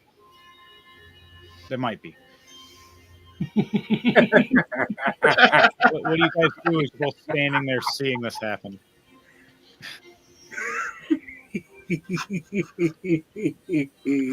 That's funny.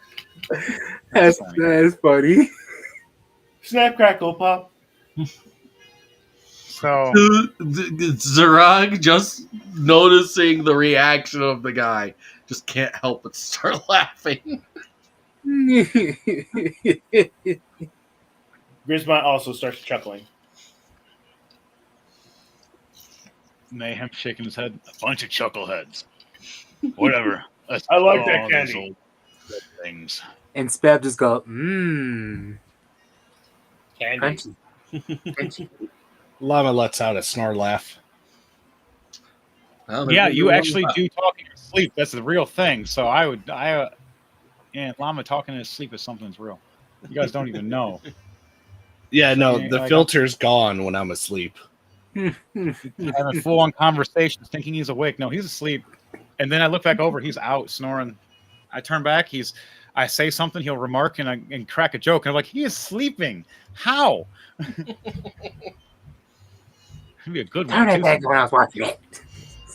But back to it.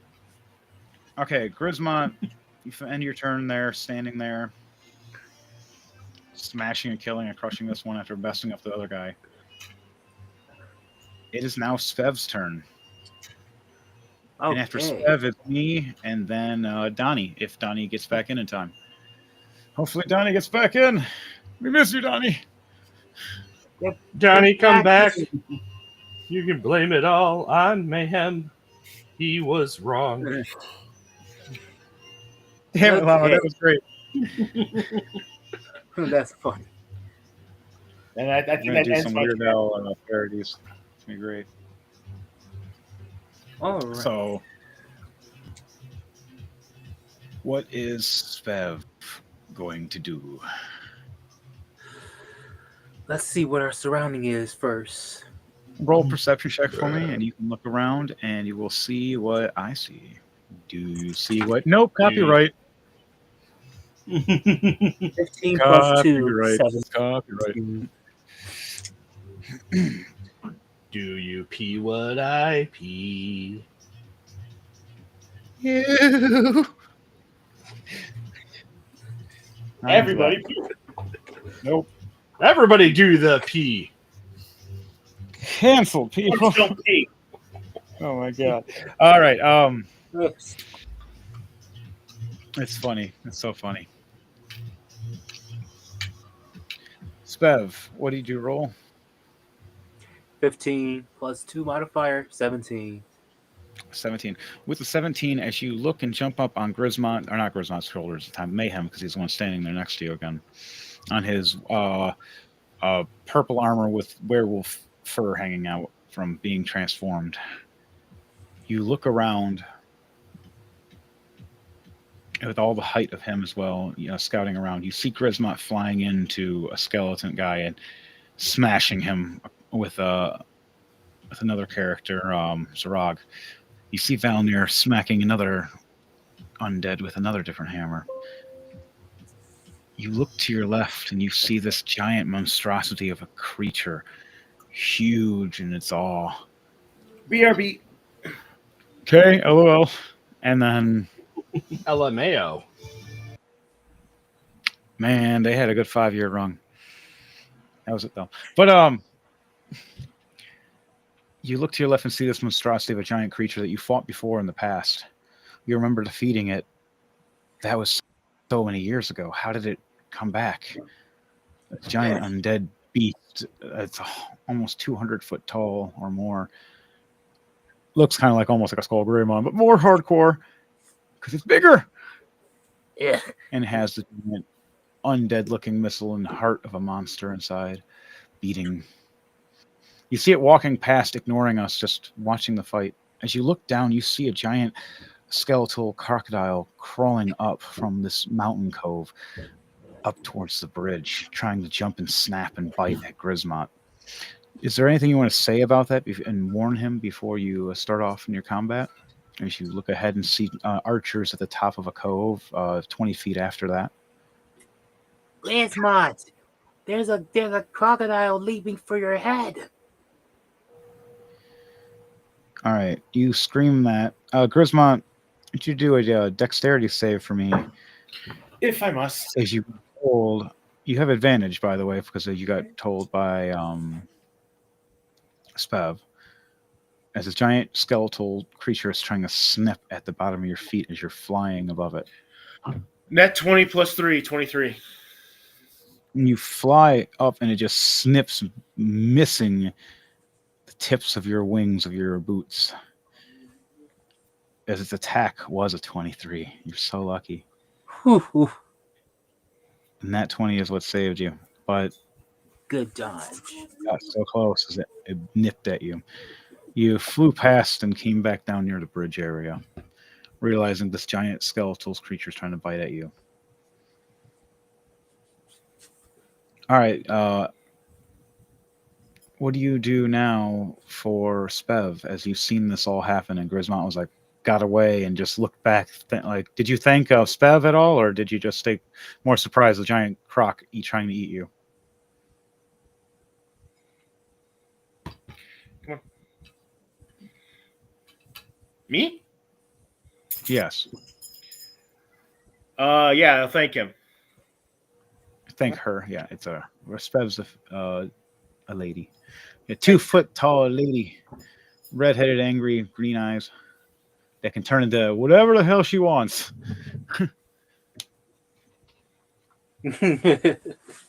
Okay, so I'm gonna roll for acrobatics or athletics to jump off of Mayhem's head into the sky, like vanish in the sky. If successful, she transforms into a creature. All right, for athletics and athletics, let's see. 18 plus 3, 21.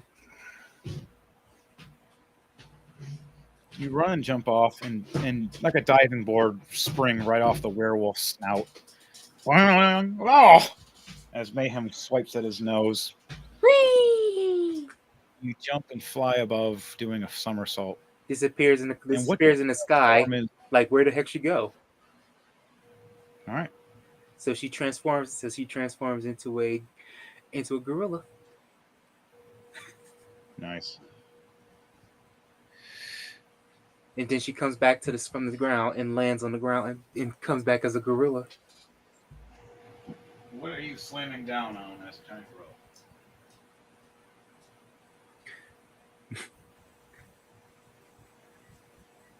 What I'm slamming down on. Oh, down to the ground. Let's roll for.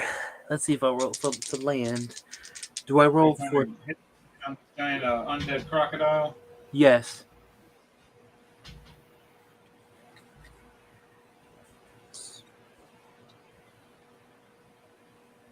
Grismont just barely got away. He's right here.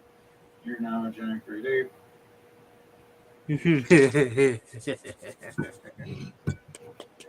Going scooter on our asses. Razaru's. Going primate.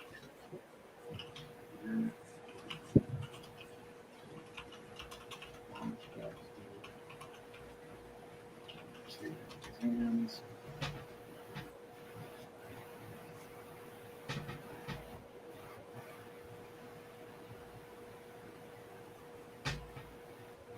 Okay.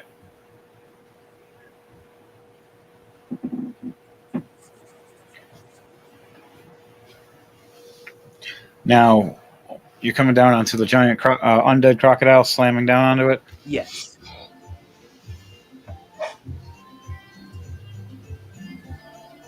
That's exactly right. All right, roll for an attack for me. You get a +10 to your strength Here we for go. being a giant great ape. A 16 plus 2, 18. Okay, and that's +10. So 18 plus 10 is 28. 28. That's 28 damage onto this undead creature, and it gets doubled for being a blunt hit because you're punching it with your fist. Ground pound.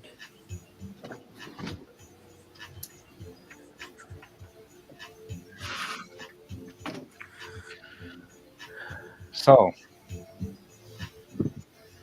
that's your first thing you do. You have one more attack, Let's go. 20. and that's all you can do after that. It's just one more hit, and you have to do a bonus action for transformation. Uh-huh. So I'm going to go ahead and do one more attack. Let's see what we got.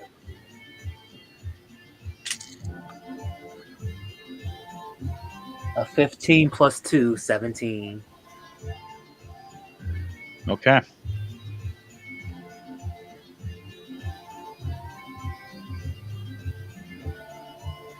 So a 17 to hit. Uh-huh. All right, so you missed the second hit as you try to swing at it, as it pulls its head back, trying to snap and bite at you. As it does its reaction, it'll be a 18 for the bite. And that, what is your AC? A 16, and so it does hit.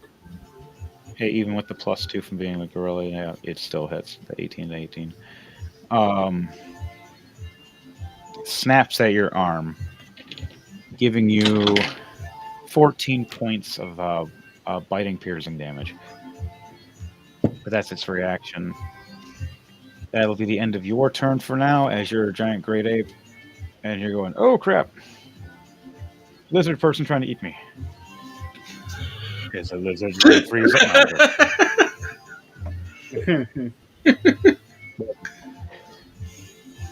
Oh man, that's great. So next on the list is Mayhem running across, and you hear the monster going, "You want to have a chance? Or are you gonna fight me?" As Mayhem slides across 18, oh, double 18s, even better. It's a critical plus the +8. Slides across. I'm not going to use athletics. It's +11, even better. Slides across and just kicks him right in his knees to the ground, taking him 16 points of bludgeoning. As he hits the ground, Mayhem scoops him up for a slam using his strength as a +5. 14 plus 5, so a 19, and lifts him up to give him a mean power bomb across the ground with his lightning claws on top of that. That's 11, 22 plus lightning claw damage. 1 on one side and 12 on the other. That ends Mayhem's turn as he drops him down, spits blood at him, going, "That's my answer."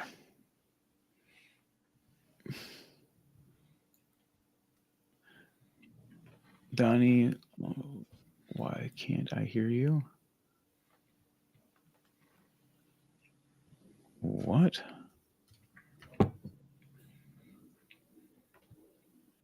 Can you guys hear me? I can hear you. I can hear you. New phone. Who Everybody else? dis? Loud and clear. Yeah, no, All Donnie. right. No, that's good. It was Is Donnie Donnie just actually still in the thing with us entirely? Because I I don't don't see know. I his. don't see him. Neither do I. Yeah, I think He, he like, might have disappeared. accidentally. Kicked himself?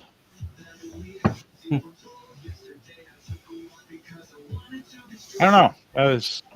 You jump in when you can, man. Now we're still on the stream channel itself. I'm watching.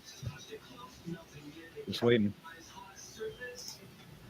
Because your turn is going to be coming up soon anyways. Actually, right after mine. Actually, it's supposed to be your turn. Damn. I don't know where Donnie is. So, Donnie, for Gronk, cast Bonk with his mighty club, this undead skeletal.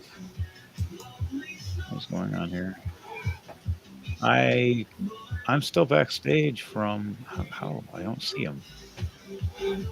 Tell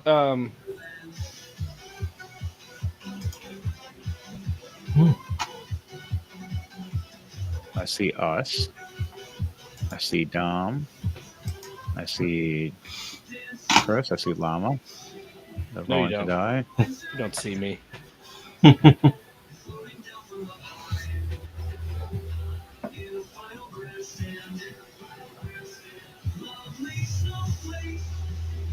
I heard it pop for a second, but I don't see anybody.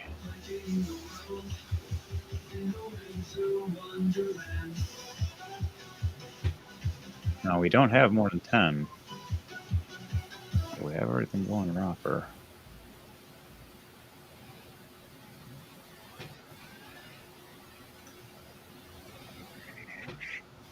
Here, we'll go with this one. Yeah, I really think he needs to just click out and then click back in and see if that fixes what's going on. Probably. Chicken Pot Pie by Supreme Overlord. Oh no. I wonder who that Aha, is. there he is. Now, I return, and I can actually hear you this time. I can smell you. Yeah, sorry about that. What I miss? A lot. Actually, I don't know. Everything. All right, cool. it is so it is your turn though. I Mayhem will, gave birth. damn it, Llama. That's funny. He's lost again. For Gronk. He has returned to the void. I hear him. And then he's gone. Where is he at?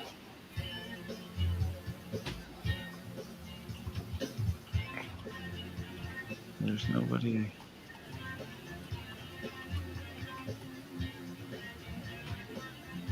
Donnie, come back.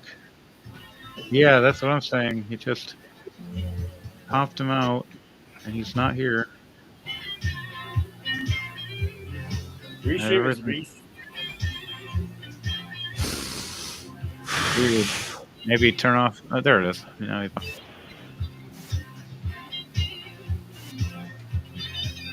Okay, now I'm back. Yeah, stop doing that. I wish I could, but here's the worst part about it. I can't just reload the page. I have to exit out of it, then I have to rejoin from the link in the Discord server. Oh wow. Oh, it's just retarded. Hey, just How did? Okay. Yeah. So the Let's question is now, like, what's happening that's making this happen? Mm-hmm. I don't know. That's what happened last time. Is that he would be in for a while, It be was fine, working just fine. and then it goes nuts and it kicks him over and over. He's the only person that does it to. I'm not even touching anything. Well, have you tried touching him? Damn it, Llama. We're gonna go with Llama for your turn until Donnie gets back. If not, we'll just run something by for Gronk. So Llama, you see all this combat happening. What does your Llama randomly do with its unicorn horn and all? As there's one It skeleton, you're 15 feet from you, and then another 25 to 30 feet is where Mayhem just slammed one, and he bounced around. My pet llama closes his eyes and charges head first.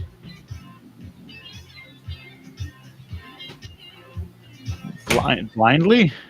Yep, pretty much. I'm gonna go for letting you determine how we determine who it charges after, whether it be friend or foe. It's gonna run with a disadvantage for its attack, and got you to roll a. Let's see.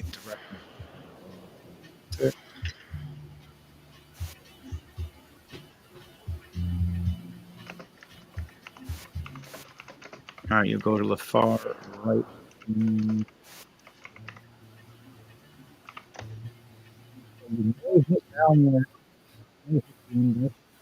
Aha! All right. Yes, you're back, Donnie. That's right.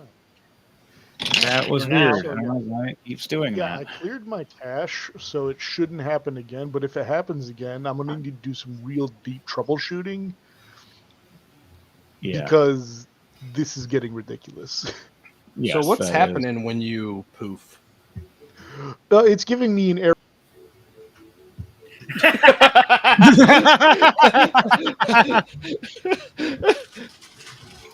Yeah, if It gives him long enough to explain to a certain point, and then it just kicks him. What is going on here? Oh my god, What are why we is this doing? happening? Could it be the amount of people on already? No, I Well- have it set for 10. 100. It goes up to 10 right now, and we're only at 7. And when he joins in, it's only 8. It's just weird. It doesn't. It only happens with him. So, on that note,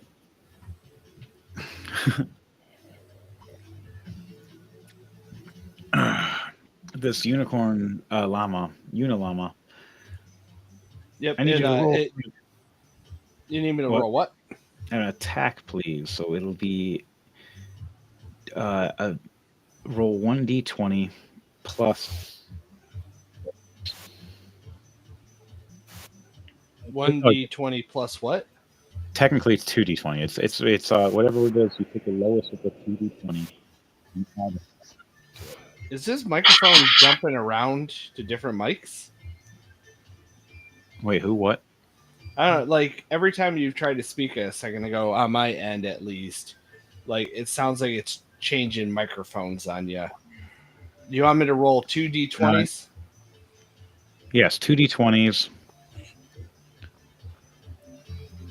And you take the lowest of the two. The 8. You take the 8 plus 6, and that'll be your attack.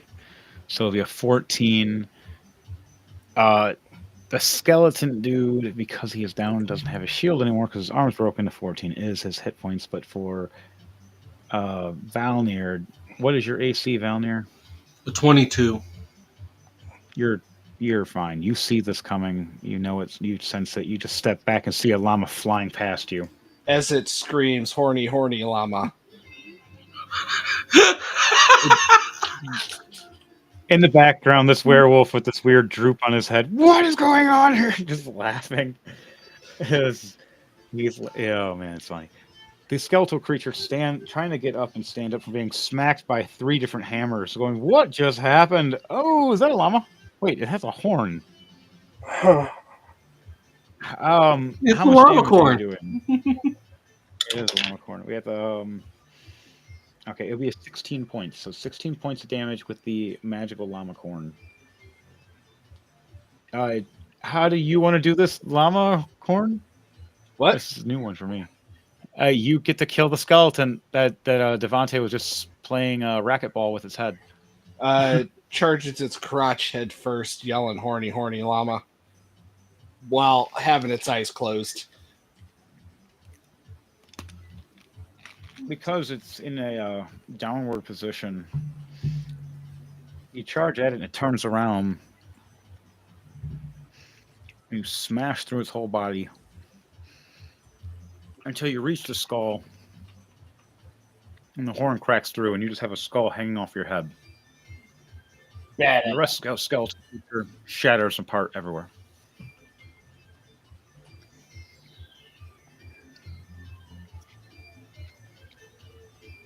Now you have a skull on your head, on your llama, on its horn.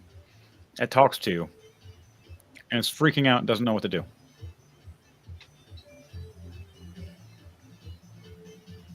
Yeah, we lost Dude, get Donnie off my again. bed. I just looked down and he was gone. I'm like,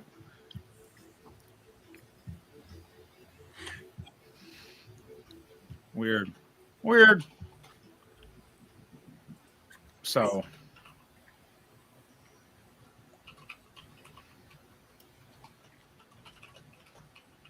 what else do you do, llama? At the end of your turn with your attacking llama, you can attack one more time. The other guy is about 15 feet away. That mayhem just slammed. If you do a perception check, you see further, there is another enemy past that. Due to the overconfidence of said horny llama, it attempts to use a spit attack on the 15-foot away enemy. Your spray is about 20 to 25 feet, isn't it? Yeah. Oh dear. All right. Roll for a spit spray attack. That's acid spit. D20. Yep. Roll a d20, and this is a plus. Oh 6. shit! Nat 20. Oh crap.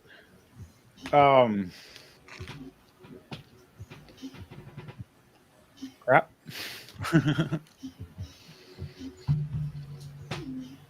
Your llama spits this corrosive acid all over this zombie-like guy with a big weapon as it melts all his skin off. Him screaming in pain. As now he's a skeletal figure looking at you enraged.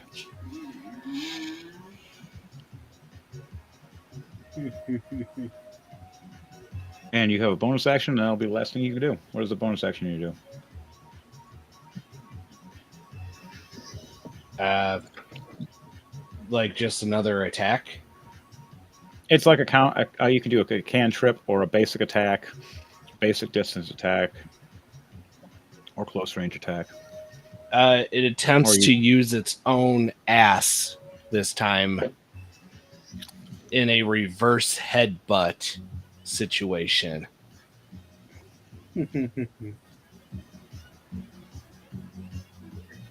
So butthead, Okay. if you would. Roll for an attack with disadvantage, with disadvantage. I don't know how to roll with disadvantage. You roll 2d20, you take the lowest number. Okay. 16. Damn, and I got another nat 20 on that. Let's see. Oh, damn. But yeah, That would 16. have been, okay, so you don't run off the cliff ass first. You miss the big guy, but... No, wait, so it's a 16 plus 6. A 22, okay. No, you do hit him. You slam into him. Acid proof to its own llama.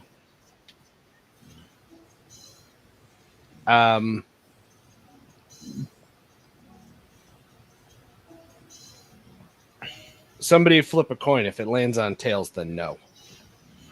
All right. All right, Thunderbolt. The coin of justice. I have a coin somewhere. I just don't know where I put it. Tails. No. No, he just flies into it and takes acid damage, but you do bludgeoning damage to the enemy. You do 20 points of bludgeoning damage flying your ass first into this monster, this skeletal creature's head. Falling down into a pool of its blood and acid of your spit. While still screaming, horny llama. As Mayhem shakes his head. Stealth checks are ruined.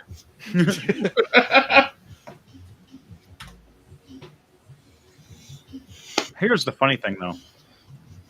Llama, Yeah. you flip forward and slide. I want you to roll a perception check for me for a moment. Donnie said once more. Oop. Clicked the wrong thing there.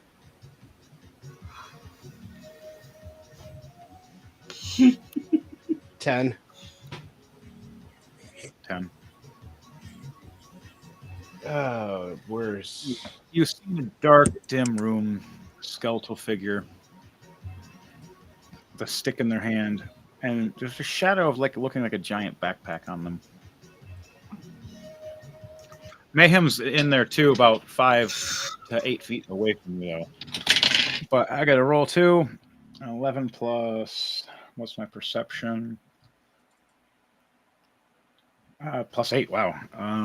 19. I see a skeletal character with you, with a stick that turns to a torch as it lights up, and it illuminates the room. A skeletal creature with a backpack that's a giant barrel bomb that says "Kaboom." Oh no! And Mayhem looks over, going, "You got to be kidding me, llama!"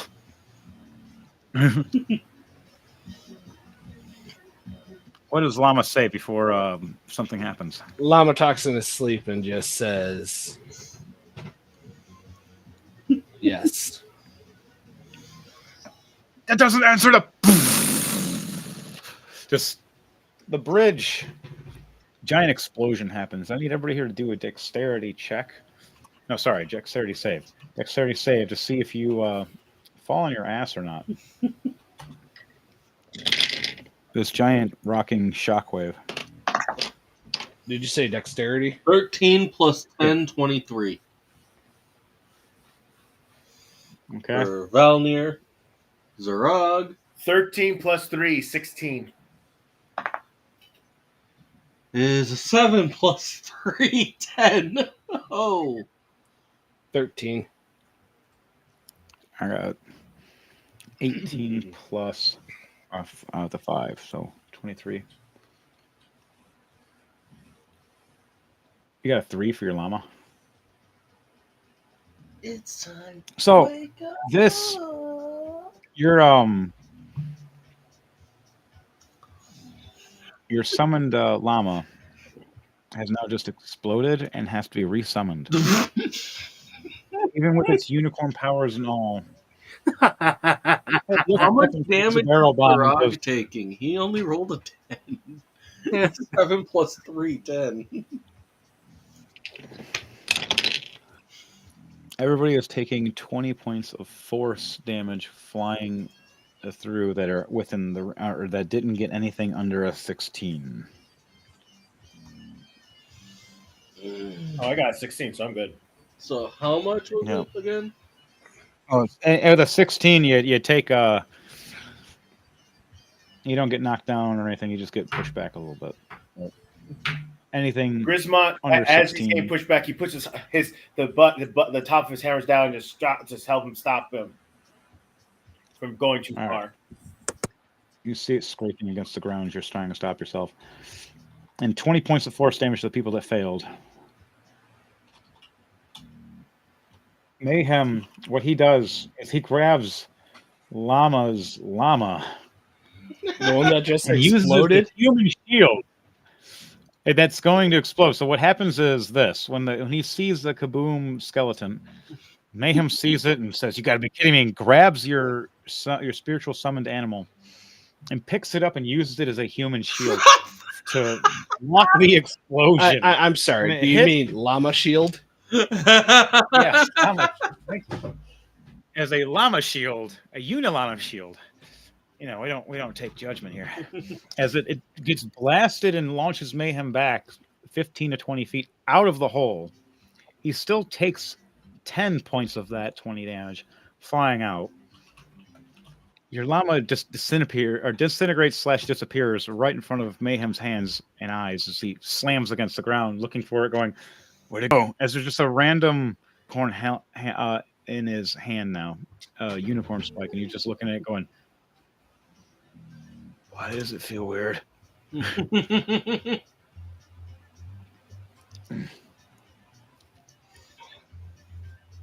That's funny.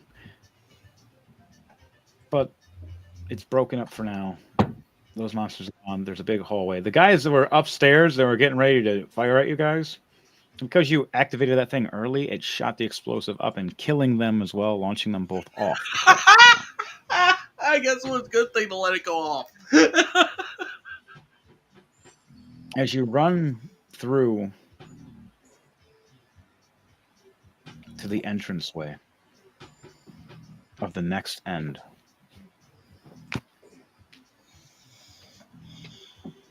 yeah, man, that killed even the skeleton dude that was in there. Oh, that's wrong place. You guys got this. He exploded here. These guys are fine. Oh, this guy got blown up. These two guys are blown up.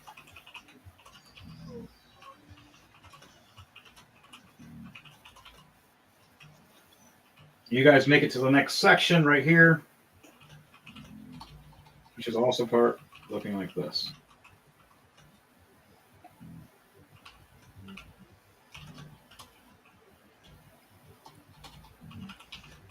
And a giant gorilla appears.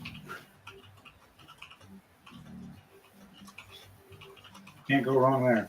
All right, for Donnie, we'll have his Gronk run through and be one of the first people to come and hit some of the skeleton guys.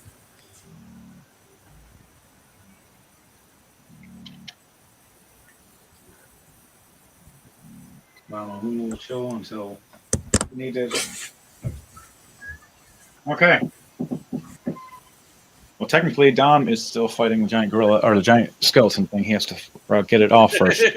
So, where are we after that? I don't see Donnie anymore. He might pop back in. We'll find out.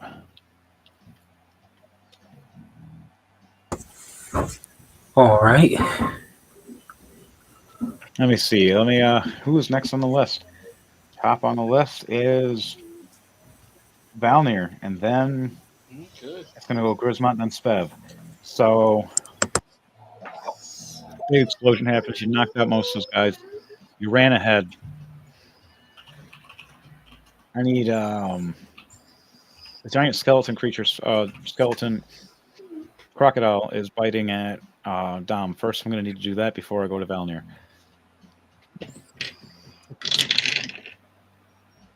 It's an 8 plus 10, an 18.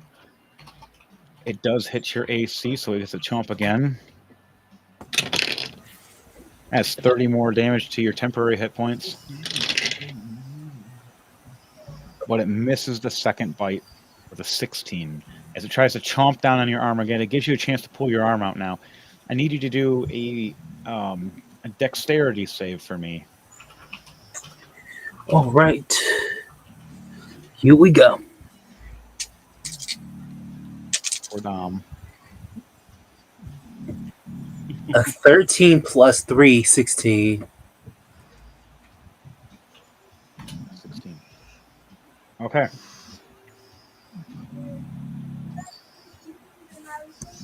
You pull out your arm just in time as it snaps past, allowing your arm to be free. Wait, who He did tries what to now? bite down. This is for Dom's character for his Spev turning into a giant gorilla. All right. Their giant crocodile try to bite Spev's arm, and she pulled away, and she's gonna see if she's about punching it in the head. So that'll be back when it's her turn now. At least got her arm free, so her arms are free now. Now it's back to the top.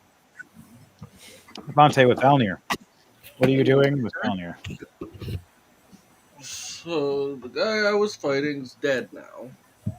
Yes, thanks to a unicorn llama that Piers it slammed it, and then got used as a human or as a llama shield for Mayhem to Is knock it. am I able to see the undead dragon or alligator thing?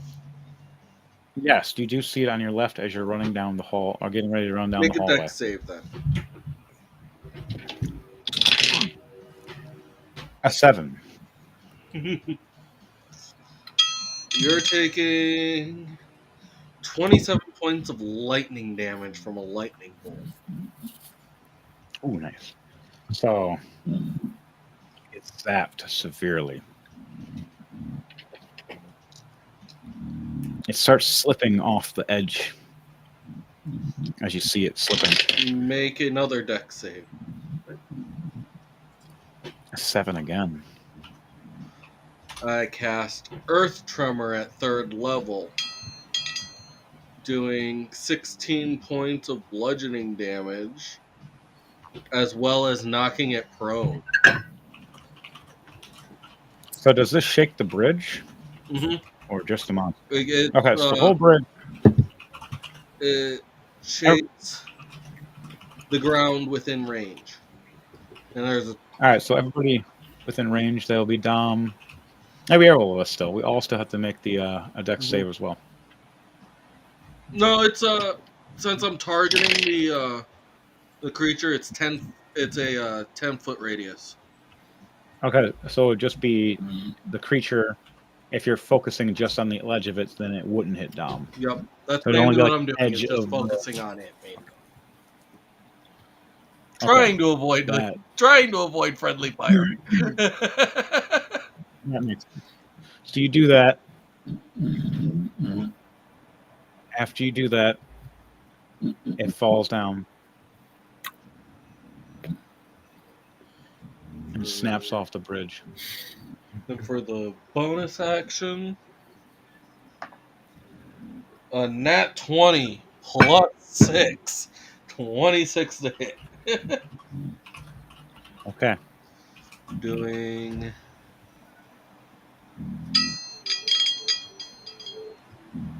16 points of frost damage from my Ray of Frost. Okay. How do you want to do this for the skeletal creature? As it's the giant crocodile is falling down to its doom. Is it taking an extra 58 points of fall damage? So I basically just give it a massive electric shock. Vibrate the bridge underneath it to make it go over to the edge, and then just to make sure it ain't gonna move to try and hold on, Ray of Frost, freezing it solid as it now falls to its death. It smashes As it falls, it shatters. everywhere, making skeleton cubes. That'll end. End Valnir's turn. Yeah, you hear from in the distance. You hear from the bomb going, "It's freaking freezing out down here." That's funny.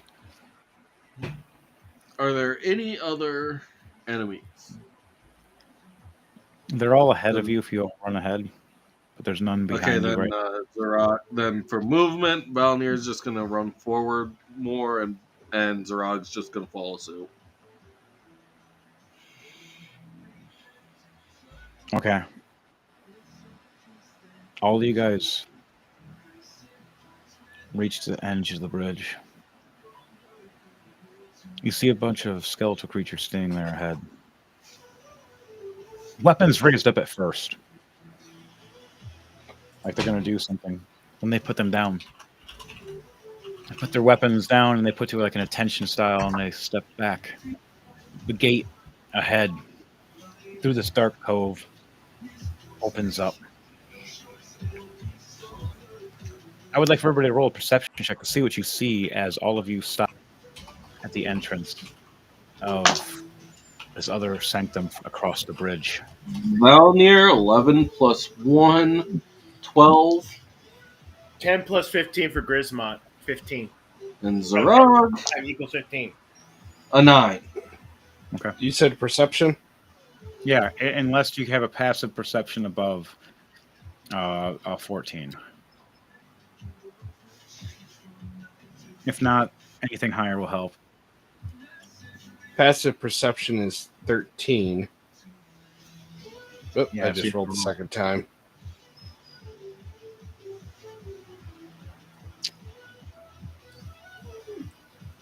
Anyways, yeah, if you want to use my first roll on that, I accidentally hit it a second time. That's fine. So, you guys see these skeletal creatures standing at attention, laid out, about 8 of them, 2 on each side, and across 2, 4, 6, 8. Door opens up, magical runes above, light. You see this dire wolf walking out as a mount with a womanly figure on top, walking with her magical bow in hand. Flowy red hair, long, bright, fiery red. Their green eyes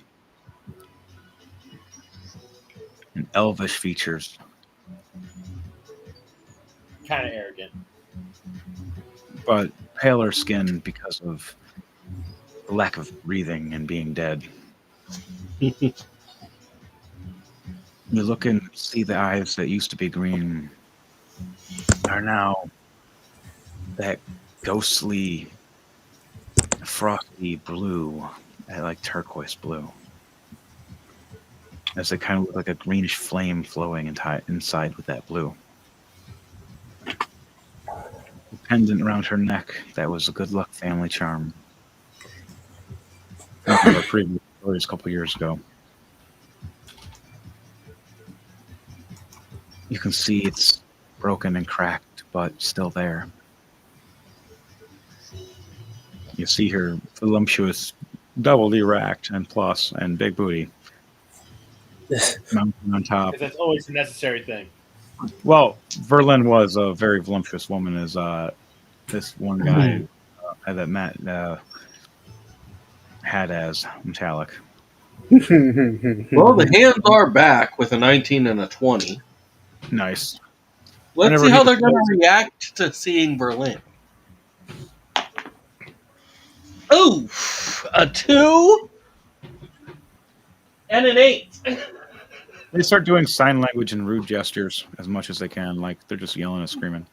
You're mounted and walking. She looks forward with her undead and smirks and smiles. And you hear, "So, been a while. Kinda glad. Been 30 years.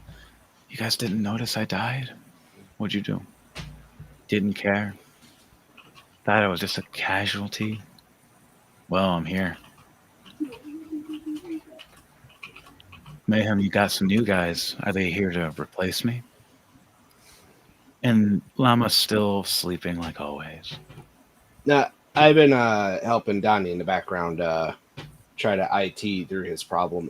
Is that tree still existent with me sleeping under it, or am I sleeping in a different location now? It's like a floating tree with you floating forward towards it. In like a comedic stance. You look like you're sleeping, but you're still kind of awake. It's like a weird meditation form. I let out a Floating silent magic. but deadly. You fart dude, in that's the general horrible. direction. As she's having a conversation.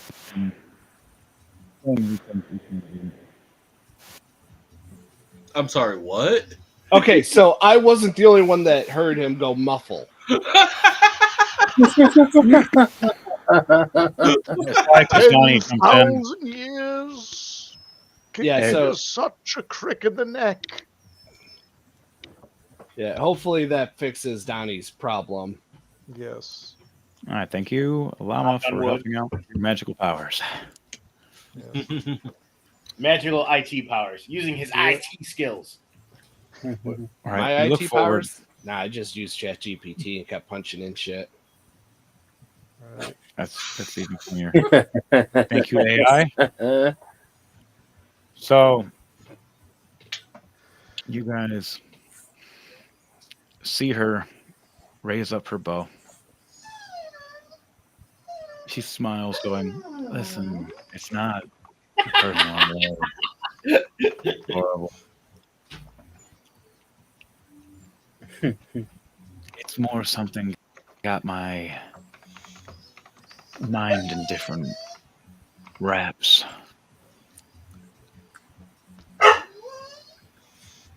Llama, stop threatening me. No, that's my pet llama slowly reconstituting itself back together. That's great. It doesn't just summon right back. Dog. No, it just takes a little bit. That's funny. I'm gonna cry. And she looks back, going, "The last time I fought was PvPs, but now it's not going to be that way. I rule everything as long as I am here." And her skin gets darker, and she smiles, and her teeth grow. She fires arrows at all of you. I need everybody here to make a dexterity save with disadvantages. These are homing arrows. She has magical arrows. If you have advantage, you just go straight. 2 2 sevens Oh, wow. plus 10, 17. Oh wow. My low I got numbers. 11, 8 plus 3. I got lucky. 14 plus 3, 17. Okay. That didn't fix him. And that was Valnir. So Zarog, Now that was luck. Oh my god. he got also a 7 plus 3, 10. Gee, Okay. trying to kill us. How dare you? You all take half damage instead of full damage. As she fires off a ring of arrows. As they fire up in the air, and you see them explode as they first went at you and flew up. So how much damage is that? It is 27 damage for those who have failed, but for those who have succeeded, it's halved. So half of 27, huh? Okay. Yep. That'll be a 13, 14. Yep. Do you want us to do 13 or 14? Go with 14. Higher damage for this one is that All right. Berlin doesn't mess around. As you notice, as you see a womanly body, you hear a man's voice, though, as it's kind of the curse that was given to this character.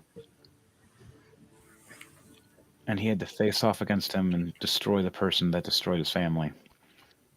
Just to get possessed by a undead necro slug during combat. I was trying to help all you guys out and instead had something horrible happen. Okay, so that was the first thing she does. Turns right around and just starts walking back, giving the finger. What do you guys do in a reaction after this all happens? You get rained with arrows and you just look back and she's heading back in, waiting. Griswold starts pulling the arrows out like, "Stupid zogging git. That was not very nice." Bev roars loudly as she just enraged by Berlin's betrayal. You guys. Valor chucks his hammer at her. Throw your hammer. Mayhem rushes forward. 18 plus 12. Dirty 30. Ooh. Oh. All right. Now, I will see about. She turns just in time, even after it does hit her. She goes to try to catch it. The hit And does 11 points of bludgeoning. As she grabs the hammer and it stabs a spike right through her hand, it rips her shoulder out of socket and then pulls back, coming back to Valnir's hand. As she looks over with a hole in her hand, going, "Ah, very interesting." She raises her hand up in front of you guys, and you see the hand start. Huh? You were skipping there. Yeah, you What large. the hell? Okay, internet, what is going on? Well, just think, you'll have better. What are we doing? Right? What are we doing? I'm allowed to chew my gum, damn it. Drink my coffee. Kick ass. Maybe not in that order. So she pulls the. So she's standing there with a hole in her, doing what? Going. She raised her hand up, showing you the hole in her hand, and then you see the hole healing up, bones growing back, and her hand coming back to normal as it just clenches, but just in a darker form every time, just different layers. Oh. And she smiles. You're gonna have to do more than that. You see, Walks that through. was just a distraction. And as Griswold pulls out the last arrow, he goes, "A Zodiac good one," and chucks it over. As you do that, you realize Mayhem was rushing that whole time with an attack of a 19 plus 12. Claw arms right after her. 31. And she looks over, and all you see is a claw right to her face. After talking crap, looking at Valnir, and then here's Mayhem at her left, and she's like, "Oh shit, you son of a..." I'm gonna see if I knock her off the horse, or knock her off her mount. That's a 16 plus 5, a 21 for strength. She flies off her mount, Undead Wolf, a dire wolf, as he slaps her across. She looks back, pulling out her bow and slashing at him as it has blades across it. Oh wow, she does 27 to hit Mayhem and slashes at him. Can I use Doing can I check one of my axes to intercept the slash?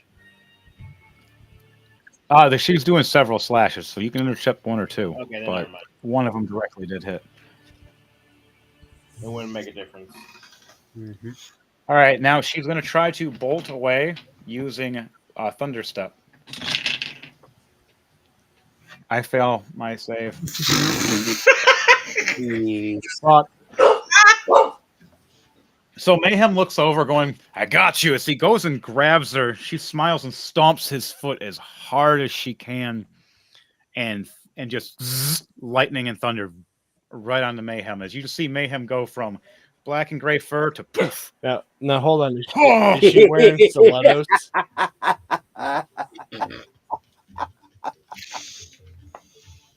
She's wearing boots. And she thunder steps away back into the other room, giving Mayhem 17 points of thunder damage. And electric damage. Damn. 20 points of electric damage from the grabbing her directly, and she's stomping his foot because it's also bludgeoning. You see Mayhem us all messed up. A bad Oh one. my god. Okay, oh, yeah, I do have that because of rage.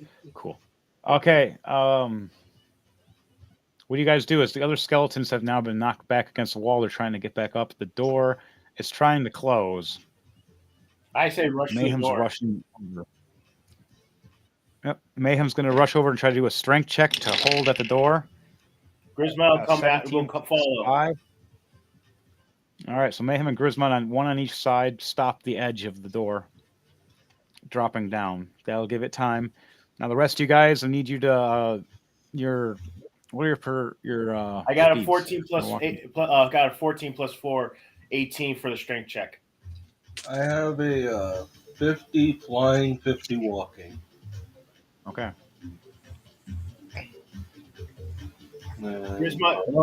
As Grismon's big old muscles strain and with the flames starting, he yells at the others, "Run, you sulking idiots!" Zarog only had 35 for walking. All right, so Zarog will just barely make it. You need at least 30 feet. All of you make it across, but I need you all to do a acrobatics or athletics to see how fast you get it across and who's near last before Mayhem and Grismont drop the door down. 16, While this is happening, 16 plus 3, 19 for acrobatics. you shrink back into your normal self and run right past everybody perfectly fine. What does... hurry up. Oh. 19 plus 10, 29. And that's for Valnir. 29 for Valnir. Okay. 17 plus 7 for Zarog. 24. Yep. Okay, makes it right through. Lama, how do you? What's your number for you for acrobatics or 10. athletics? 10. You're on past. You look at both me and you look at Grismont. We're both just sitting there sweating, hanging and holding this door. And now, Grismont, you and me need to do a strength check again. I got a nat 20. Woot. Plus 5. Woot. I got 12. Like, hurry up, you two. 8 plus 4. Grismot's shoulder buckles for a moment from the sweat as the gate tries to go down, almost hits Llama, and Mayhem with a nat 20 and plus 5 rages and holds the rest of it up by himself for a moment. Everybody get past now. As you guys, Grismot, do you rush through? No, I was going to. Are they all through? They're all rushing through. It's just you and me now. I'm telling you to go through before I drop it because I'm the one that got the strength. All right, I need you to do a acrobatics or athletics to see how fast you do it before I drop it and the speed of it. I got a 19 plus. Okay, cool. Getting some good ones today. Come on, Grismont. That's better. 17. 7 plus 10. Okay. You make it through, and Mayhem scoops right behind and stops, and the cage just slams down behind as the skeletal figures try to reach through. As they tried to attack, and they all missed. We enter into the final area.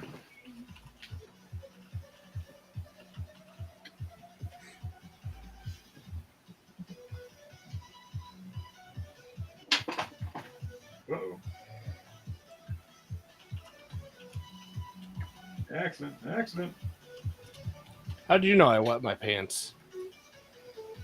I always know, Llama. I mean...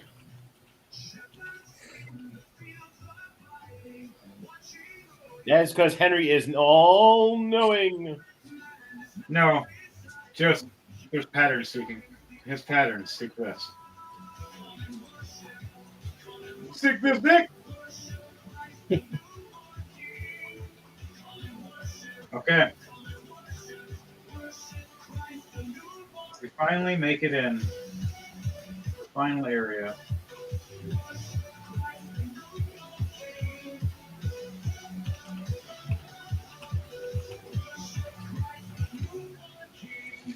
Receiver Lynn. see a bunch of creatures and monsters all together.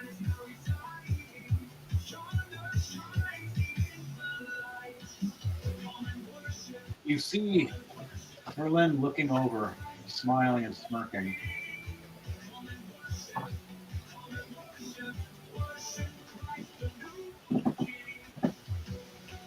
And she smirks, "Welcome to my ascension.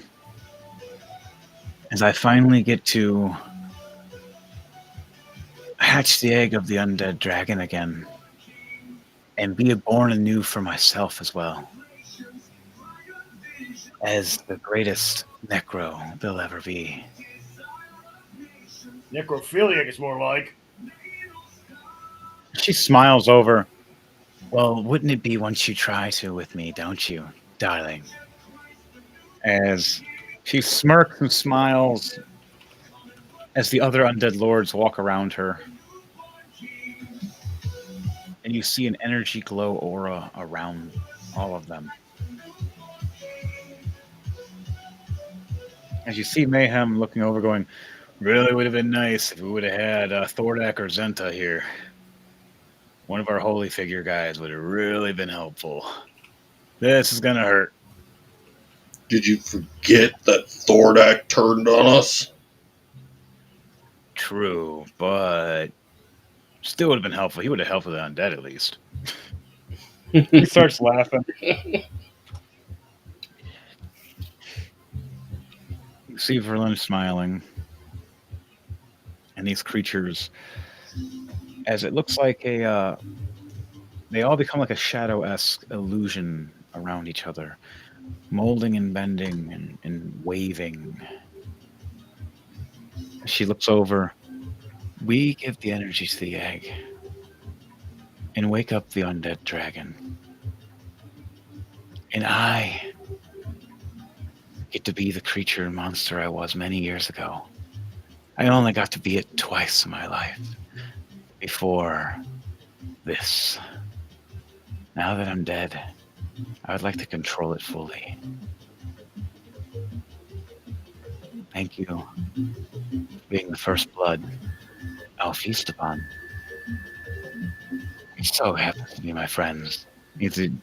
As she smiles, as all of it becomes dark around all of you and waving, smoke billows around all your feet, a dark smoke of esque. As they all swirl together, they turn into some kind of creature form.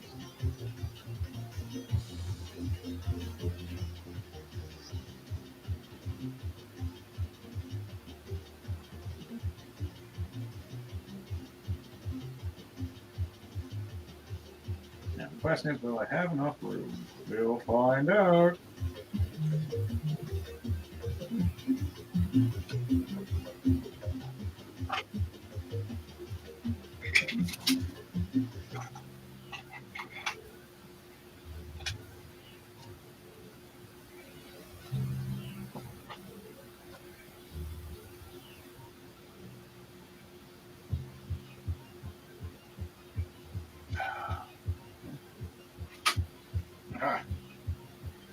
I'll put it there anyways. Now check this out. As they transform into this monstrosity. Oh, Dragon. whoa. Caw, caw, caw. Yeah, I'm The just raven. a birdie too. Yeah. Painted it myself. Oh, now I've seen everything. Yeah, it's pretty cool. Wait, hold on. You've seen my butthole? Okay, Don't lie to me, homie. I didn't mean everything in that. I'm talking about what I've just seen now. Do you want to see my butthole? No. It just wants to blow you a kiss. And why Well, did we this is me cancel? going left away from that. No.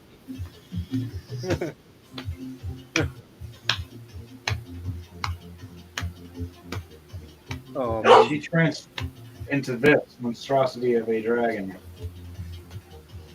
That dragon got fur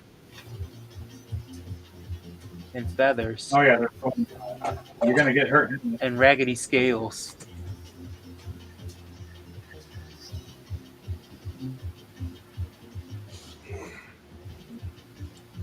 Okay, guys, we see this.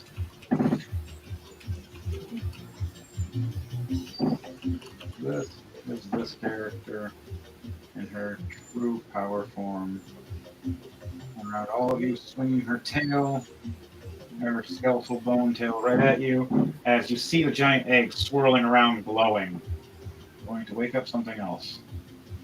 Oh, brother.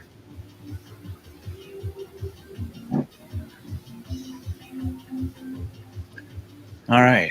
You see the egg on the map? Awesome. Cool. What do you guys say or do? Oh, you can't really do too much. What do you say as you see this? As you're all standing here. Looking at the giant undead dragon. You're looking at this. It's called the Blood Raven Dragon. Guzman just it's slams his hammer to the ground, just gives a big shitty grin. It's like, this will be fun. mayhem rages as a werewolf and howls with his maces striking up with purple lightning. Lightning crossed his eyes as well. This will be a great ending, Verlin. Your necro dragon versus us. Can we stop this evil? Lunal. So, everybody, be ready. This is gonna hurt. I can only heal for so long. Good, I'm What's ready. yours, I'm ready to flock feathers and slice them off. Who's ready? what does Llama Sage say as well, and what does Valnir say? What am I saying to what now? It's kind of like a ending prepare for next week. Like say a line. What do you say before it ends? Oh crap!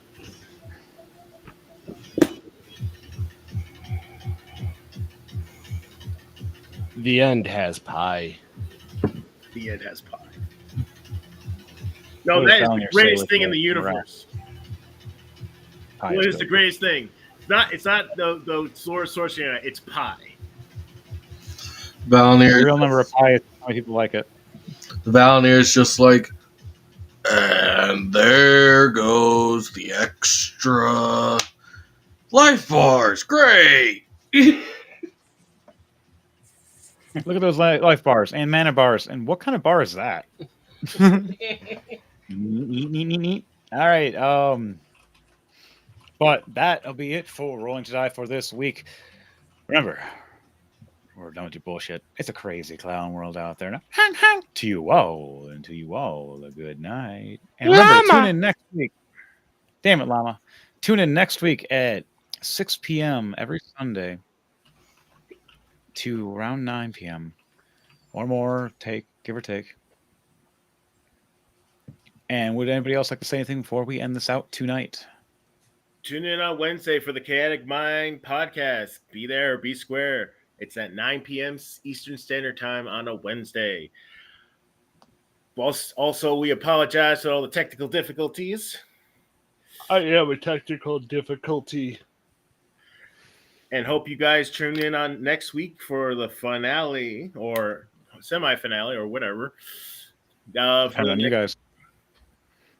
That's up to that guy. Horny llama. Oh, brother. And for the rest of you guys, anything to say before it ends tonight? Thank you for joining us tonight. We hope you like, share, and subscribe, and tune in next week at 6 p.m. on Sunday. And remember, be safe, be wise, be good people. Be horny. Damn it, Llama. And don't All right, be like Thunderbase, Mom anything over for you? here. No announcements as of right now. All right. And hit it, DJ.